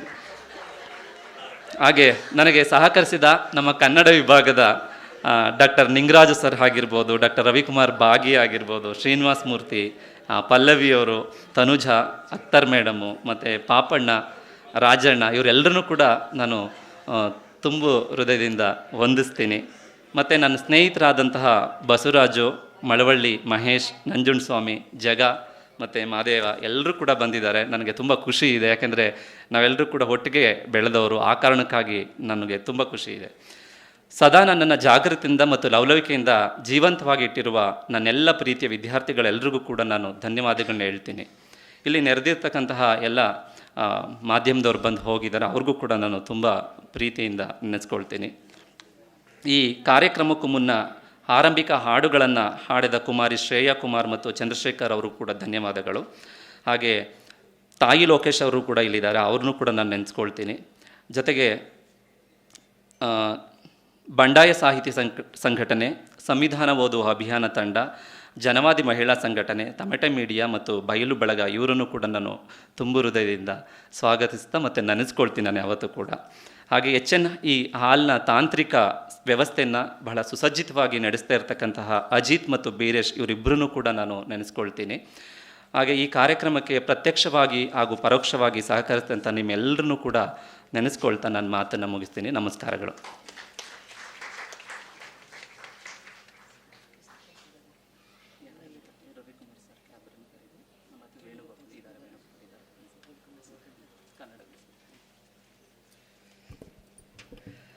ಅಯಸ್ಕಾಂತೀಯ ಗುಣ ಪಡೆದಿರುವ ನ್ಯಾಷನಲ್ ಕಾಲೇಜಿನ ಬಗ್ಗೆ ಗೌರವವನ್ನು ವ್ಯಕ್ತಪಡಿಸುತ್ತಾ ಲೇಖಕರ ಆಶಯ ನುಡಿಗಳನ್ನು ನುಡಿದಂತಹ ಡಾಕ್ಟರ್ ಶಿವಣ್ಣ ಸರ್ಗೆ ಧನ್ಯವಾದಗಳನ್ನು ಅರ್ಪಿಸ್ತಾ ಇದ್ದೇನೆ. ಇನ್ನು ಮುಂದೆ ಸಾಂಕೇತಿಕವಾಗಿ ಕೆಲವರಿಗೆ ಪುಸ್ತಕಗಳನ್ನು ನೀಡಬೇಕು ಅಂಥೇಳಿ ಕೇಳ್ಕೊಳ್ತಾ ಇದ್ದೇನೆ. ಮೊದಲಿಗೆ ಪುಸ್ತಕದ ಕರಡು ಪ್ರತಿಯನ್ನು ತಿದ್ದುಕೊಟ್ಟಂತಹ ನ್ಯಾಷನಲ್ ಕಾಲೇಜಿನ ಅರ್ಥಶಾಸ್ತ್ರದ ಉಪನ್ಯಾಸಕರಾದಂತಹ ಶ್ರೀ BN ವೇಣುಗೋಪಾಲ್ ಸರ್ ಅವರು ದಯಮಾಡಿ ವೇದಿಕೆಗೆ ಬರಬೇಕು, ಪುಸ್ತಕವನ್ನು ಸ್ವೀಕರಿಸಬೇಕು ಅಂಥೇಳಿ ಕೇಳ್ಕೊಳ್ತೇನೆ.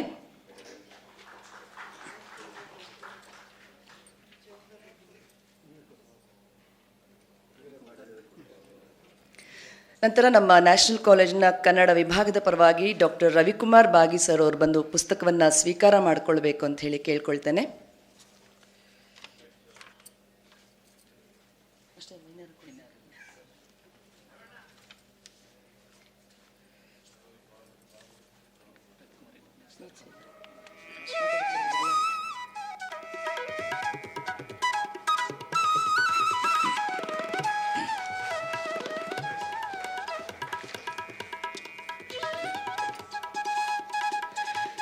ನಾವು ಕಲಿತದ್ದು ಮರೆತರೂ ನಮ್ಮಲ್ಲಿ ಏನು ಉಳಿದಿರ್ತದೆಯೋ ಅದೇ ನಿಜವಾದ ಶಿಕ್ಷಣ ಅಂತೇಳಿ ಹೇಳ್ತಾರೆ. ಇನ್ನು ಮುಂದೆ ಈ ಕಾರ್ಯಕ್ರಮದ ಅಧ್ಯಕ್ಷತೆಯನ್ನು ವಹಿಸಿರುವಂತಹ ಡಾಕ್ಟರ್ ಬಂಜಗೆರೆ ಜಯಪ್ರಕಾಶ್ ಅವರು ಮಾತನಾಡಲಿದ್ದಾರೆ.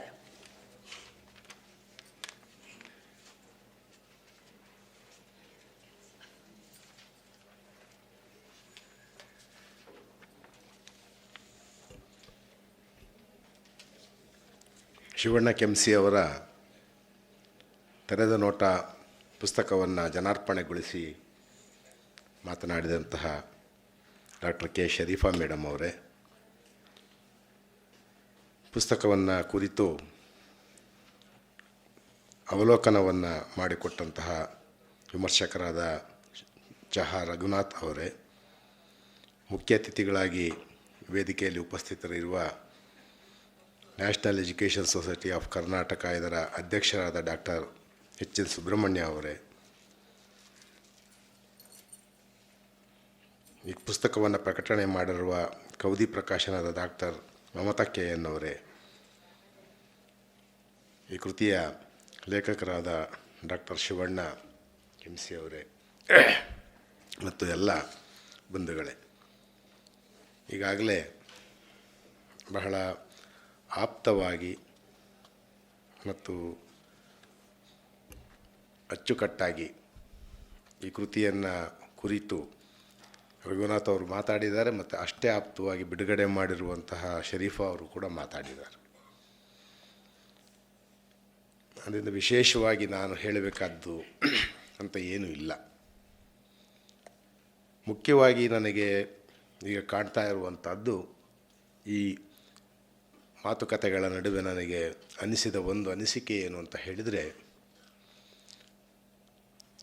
ಆಲೋಚನೆ ಅನ್ನುವಂಥದ್ದು ಮತ್ತು ಒಂದು ನಿರ್ದಿಷ್ಟವಾಗಿರುವ ಆಶಯ ಮತ್ತು ತಾತ್ವಿಕತೆ ಅನ್ನುವಂಥದ್ದು ನಮ್ಮ ಕಾಲಘಟ್ಟದ ಬಹಳ ದೊಡ್ಡ ಗುಣವಾಗಿ ನಮಗೆ ಇವತ್ತು ಒದಗ್ತಾ ಇದೆ ಅಥವಾ ಅಗತ್ಯವಾಗಿದೆ ಅಂತ ನನಗೆ ಅನ್ನಿಸ್ತಾ ಇದೆ.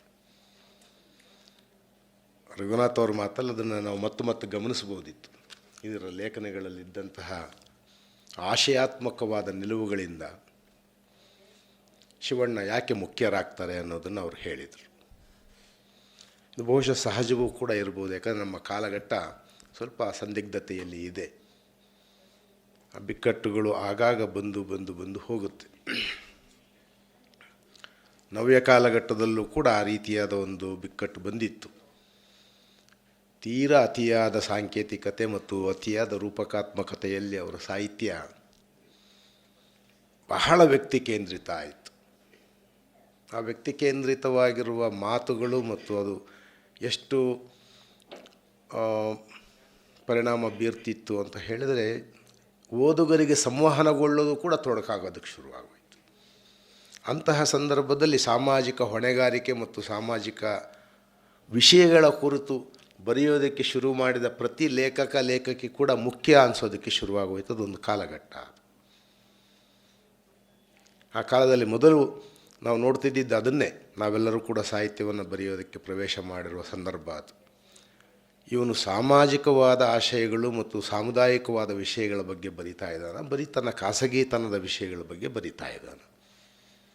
ಸೊ ಖಾಸಗಿತನದ ವಿಷಯಗಳನ್ನು ಬರೆದಂತಹದ್ದು ಭಾಳ ಶ್ರೇಷ್ಠ ಕಲಾಕೃತಿಯೇ ಆಗಿದ್ದಾಗಲೂ ಕೂಡ ನಾವು ಸ್ವಾಗತಿಸಬೇಕು ಅಂತ ಬಯಸಿದ್ದು ಯಾವುದು ಅಂತ ಹೇಳಿದರೆ ಸಾಮಾಜಿಕವಾಗಿದ್ದಂತಹ ಆಶಯಗಳ ಬಗ್ಗೆ. ಅದು ಕೇವಲ ಸಾಹಿತ್ಯಿಕವಾಗಿರುವಂತಹ ಮಾನದಂಡಗಳಿಂದ ನಿರ್ಧರಿತವಾದಂತಹ ನಿಲುವಾಗಿರಲಿಲ್ಲ. ಆನಂತರದಲ್ಲಿ ಈಗ 20-30 ವರ್ಷಗಳು 40 ವರ್ಷಗಳೇ ಕಳೆದೋಯ್ತು ಬಂಡಾಯ ಮತ್ತು ದಲಿತ ಸಾಹಿತ್ಯ ಬಂದ ಮೇಲೆ. ಈಗ ಮತ್ತೊಂದು ಸಲ ಅದೇ ಸ್ಥಳಕ್ಕೆ ಬಂದು ನಿಂತಿದ್ದೀವಿ ಅಂತ ನನಗೆ ಅನ್ನಿಸ್ತಾ ಇದೆ. ಕಾಲ ಬದಲಾಗಿದೆ. ಅವತ್ತಿನ ಕಾಲಘಟ್ಟ ಬೇರೆ ಆಗಿತ್ತು. ಇವತ್ತು ಏನಾಗಿದೆ, ಈ ಜಾಗತೀಕರಣ ಮತ್ತು ಖಾಸಗೀಕರಣಗಳು ಅನ್ನುವಂಥದ್ದು ವ್ಯಕ್ತಿಗಳ ಒಳಗಡೆ ವಿಪರೀತವಾದ ವ್ಯಕ್ತಿ ಕೇಂದ್ರಿತವಾದವನ್ನು, ಅನುಭೋಗವಾದವನ್ನು, ಅವಕಾಶವಾದವನ್ನು ತುಂಬಿಟ್ಟುಬಿಟ್ಟಿವೆ. ಆದ್ದರಿಂದ ಇವುಗಳಿಗೆ ಒಲಿಯದೆ ಈಗಲೂ ಕೂಡ ಸಾಮಾಜಿಕ ಸ್ಪಂದನವನ್ನು ಹೊಂದಿದ್ದು ಬೇರೆ ಬೇರೆ ಜನವರ್ಗಗಳ ಪರವಾಗಿರುವ ನಿಲುವುಗಳನ್ನು ಮುಕ್ತ ಮನಸ್ಸಿನಿಂದ ಹೇಳಬಲ್ಲಂತಹ ಹೊಸ ತಲೆಮಾರಿನ ಬರಹಗಾರರು ಬಂದ ತಕ್ಷಣ ನಮಗೆ ಸ್ವಾಗತಿಸಬೇಕು ಮತ್ತು ಅವ್ರನ್ನ ಬೆಂಬಲಿಸಬೇಕು ಅನ್ನುವಂಥ ಒಂದು ಮುಖ್ಯವಾಗಿರುವ ಜವಾಬ್ದಾರಿ ಬಂದು ನಿಂತಿದೆ ಅಂತ ನನಗೆ ಕಾಣಿಸ್ತಾ ಇದೆ. ಅಧ್ಯಾಪಕರು, ಸಾಹಿತಿಗಳು, ವಿಮರ್ಶಕರು, ಬರವಣಿಗೆ ಮಾಡೋರು ಇವತ್ತು ಬೇರೆ ಬೇರೆ ಕ್ಷೇತ್ರಗಳಿಂದ ಬರ್ತಾ ಇದ್ದಾರೆ. ತಂತ್ರಜ್ಞಾನ ಅದರ ಅತ್ಯುನ್ನತ ಕಾಲಘಟ್ಟದಲ್ಲಿ ಇದೆ, ಆದ್ದರಿಂದ ಬರವಣಿಗೆ ಮಾಡೋರೇನು ಕಡಿಮೆ ಇಲ್ಲ, ಬೇಕಾದಷ್ಟು ಜನ ಬರೀತಾ ಇದ್ದಾರೆ. ಆದರೆ ಬರವಣಿಗೆ ಮಾಡ್ತಾ ಇರೋರೆಲ್ಲರ ಕಾಳಜಿಗಳೇನು?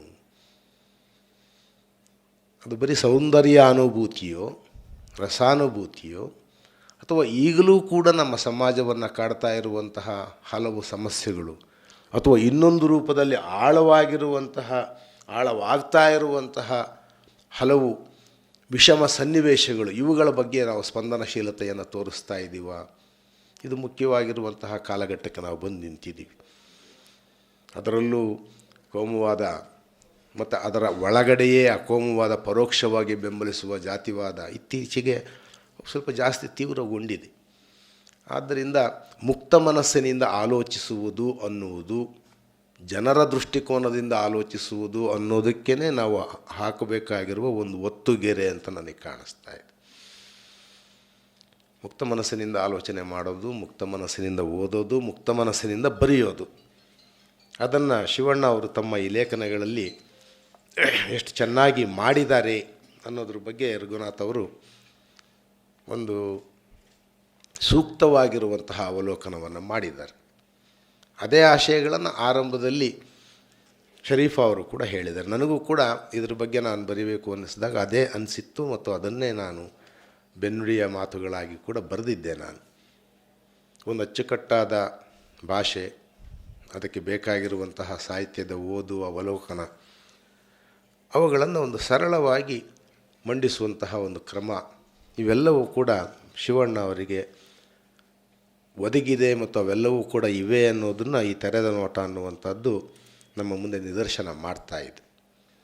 ಮುಖ್ಯವಾಗಿ ಆ ಸಂವೇದನೆಗಳೆಲ್ಲವೂ ಕೂಡ ಜನಮುಖಿಯಾಗಿವೆ ಅನ್ನುವ ಸಂದೇಶವನ್ನು ಕೊಡೋದರಲ್ಲೂ ಕೂಡ ಈ ತೆರೆದ ನೋಟ ಅನ್ನುವುದು ಯಶಸ್ವಿಯಾಗಿದೆ.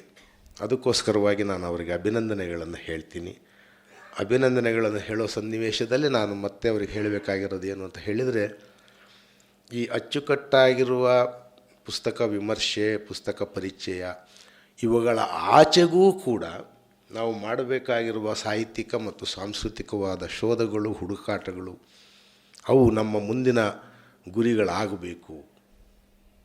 ಯಾಕಂದರೆ ಒಂದು ಅಚ್ಚುಕಟ್ಟುತನ ಅನ್ನುವಂಥದ್ದು ಮತ್ತು ಒಂದು ಸಾಧಾರಣ ಯಶಸ್ಸು ಅನ್ನೋದರಲ್ಲೇ ಒಬ್ಬ ಲೇಖಕನಾದವನು, ಸಾಧ್ಯತೆ ಇರುವ ಲೇಖಕನಾದವನು ಅಷ್ಟಕ್ಕೆ ನಿಂತು ಹೋದರೆ ನಾವು ಅದನ್ನು ಮುನ್ನಡೆಸಿದಂಥದ್ದಾಗೋದಿಲ್ಲ.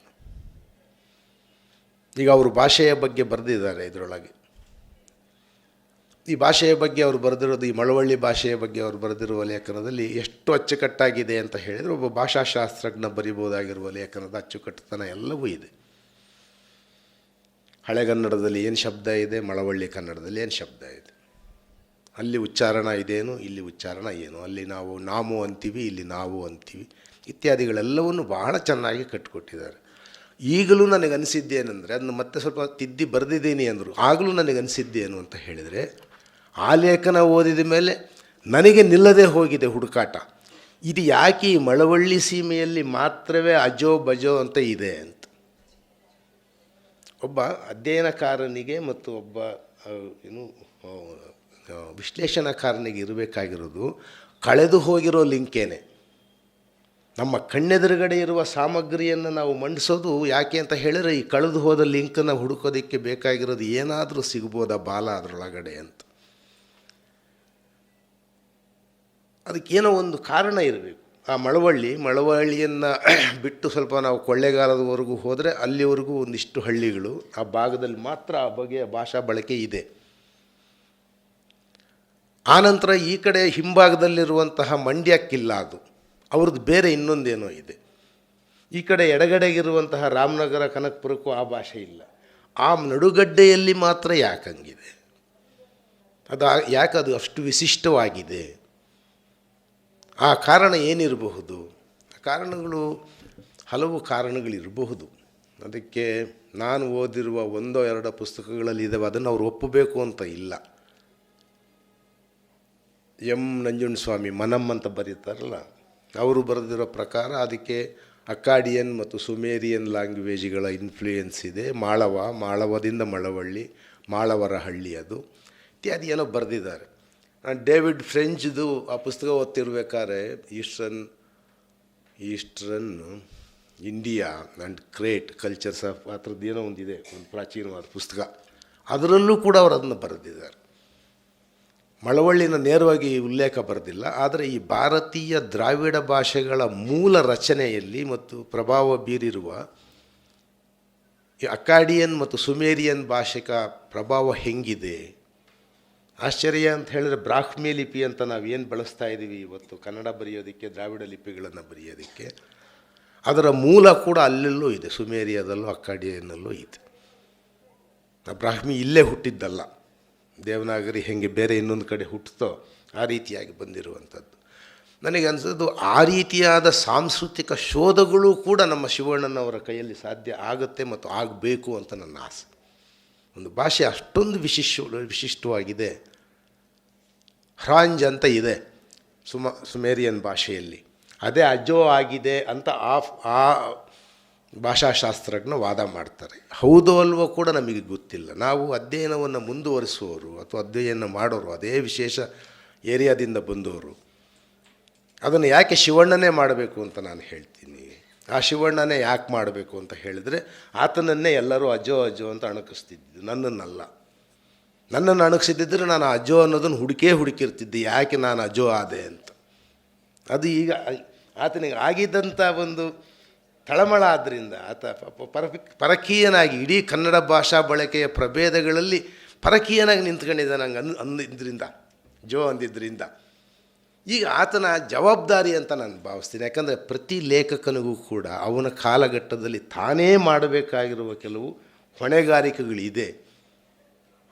ಆ ಮುಖಾಂತರವಾಗಿ ಅಧ್ಯಯನವನ್ನು, ಸಂಸ್ಕೃತಿ ವಿಶ್ಲೇಷಣೆಯನ್ನು, ಭಾಷಾ ವಿಶ್ಲೇಷಣೆಯನ್ನು ಬೆಳೆಸಬೇಕಾಗಿರುವ ಒಂದು ಒಂದು ಮಹತ್ವಾಕಾಂಕ್ಷೆಯನ್ನು ಕೂಡ ನಾವು ಹೊತ್ತರೆ ಹೆಚ್ಚು ಉಪಯೋಗ ಆಗುತ್ತೆ ಅಂತ. ಅದರಲ್ಲಿ ವಿಫಲ ಆದರೆ ಏನೂ ತೊಂದರೆ ಇಲ್ಲ. ನಾವು ಆ ಕಂಡುಹಿಡಿಯೋದ್ರಲ್ಲಿ, ಆ ಶೋಧ ಮಾಡೋದರಲ್ಲಿ ಅಥವಾ ಅಧ್ಯಯನ ಮಾಡೋದರಲ್ಲಿ ನಮಗೆ ಎಷ್ಟೋ ಎಳೆಗಳು ಸಿಗದೆ ಹೋಗ್ಬೋದು. ಆದರೆ ಏನೋ ಒಂದು ಇರಲೇಬೇಕು.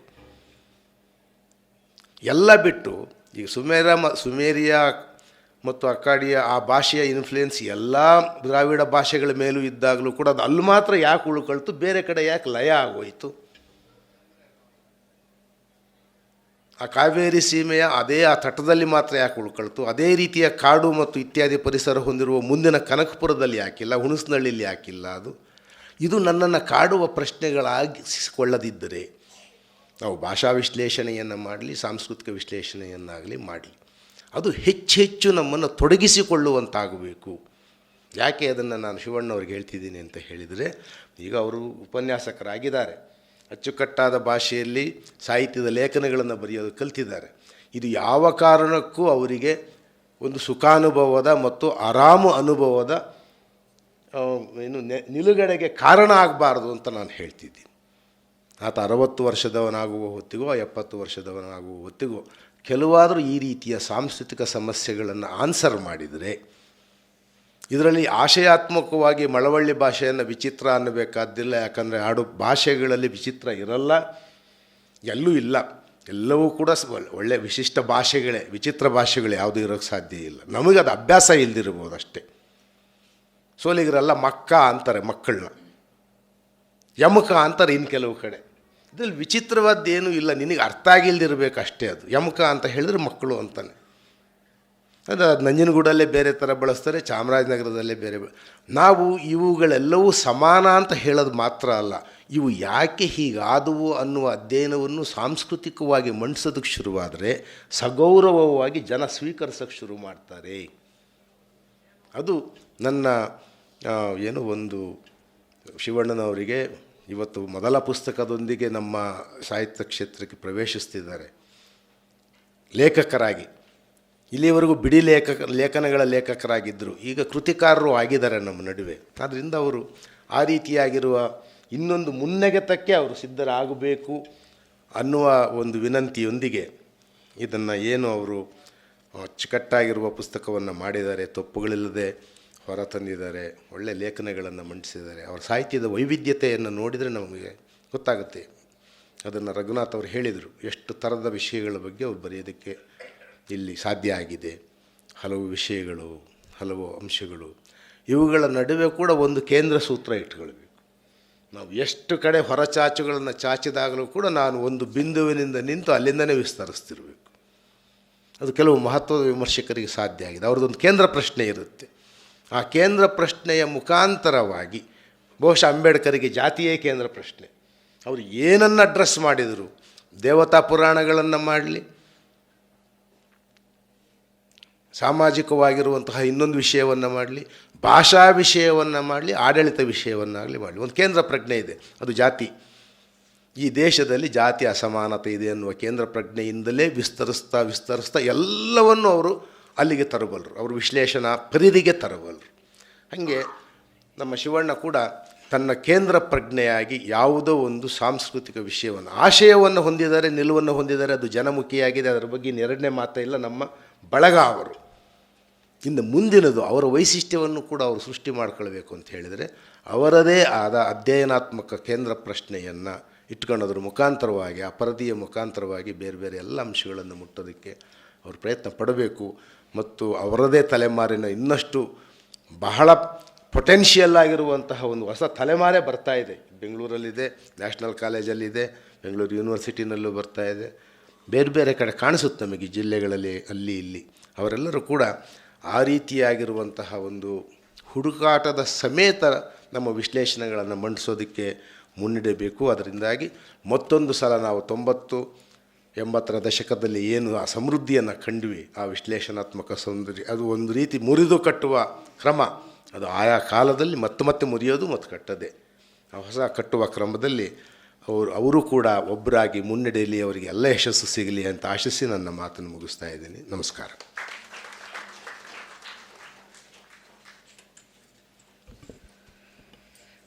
ಮುಕ್ತ ಮನಸ್ಸಿನ ಬರವಣಿಗೆಯ ವೈಖರಿಯನ್ನು ಸವಿಸ್ತಾರವಾಗಿ ತಿಳಿಸಿಕೊಟ್ಟಂತಹ ಬಂಜಗೆರೆ ಜಯಪ್ರಕಾಶ್ ಸರ್ ಅವರಿಗೆ ಧನ್ಯವಾದಗಳನ್ನು ಅರ್ಪಿಸ್ತಾ ಇದ್ದೇನೆ. ಇನ್ನು ಮುಂದೆ ಕಾರ್ಯಕ್ರಮದ ವಂದನಾರ್ಪಣೆಯನ್ನು ಮಾಡಬೇಕು ಅಂಥೇಳಿ ಕವಿತಾ ನಾಯಕ್ರವರಲ್ಲಿ ಕೇಳ್ತೇನೆ.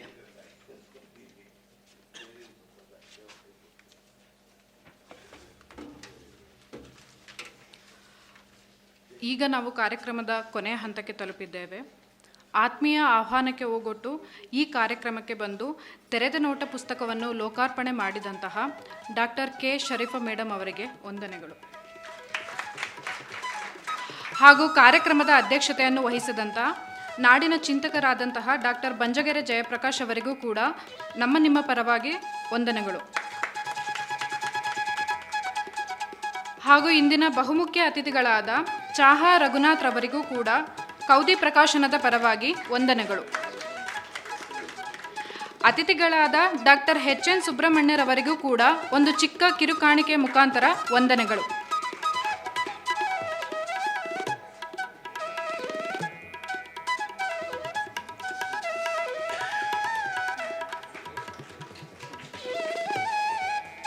ಹಾಗೂ ಈ ಕಾರ್ಯಕ್ರಮದ ಕೇಂದ್ರ ಬಿಂದು ಲೇಖಕರಾದಂತಹ ಡಾಕ್ಟರ್ ಶಿವಣ್ಣ ಕೆಂಸಿ ಅವರಿಗೂ ಕೂಡ ಅಭಿನಂದನೆಗಳೊಂದಿಗೆ ವಂದನೆಗಳು.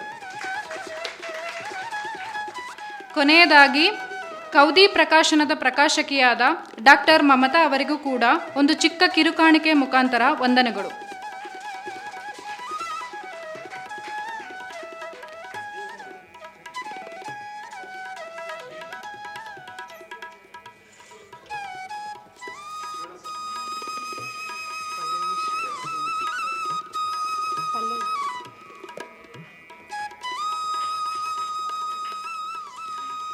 ಹಾಗೂ ಈ ಕಾರ್ಯಕ್ರಮವನ್ನು ನೆರವೇರಿಸಿಕೊಟ್ಟಂತಹ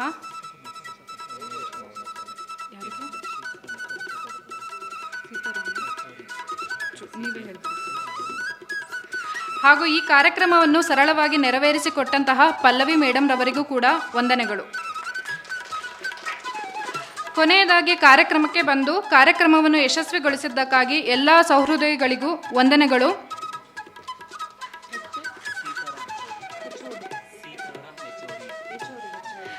ಹಾಗೂ ಇಂದು ಸೀತಾರಾಮ್ ಹೆಚ್ಚೂರಿ ಅವರು ನಮ್ಮನ್ನು ಅಗಲಿದ್ದಾರೆ.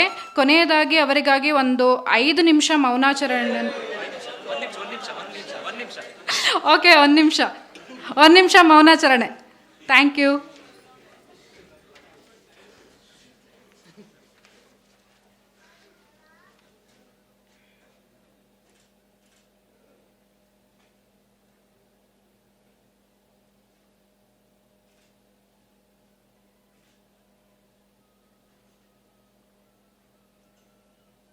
ಧನ್ಯವಾದಗಳು.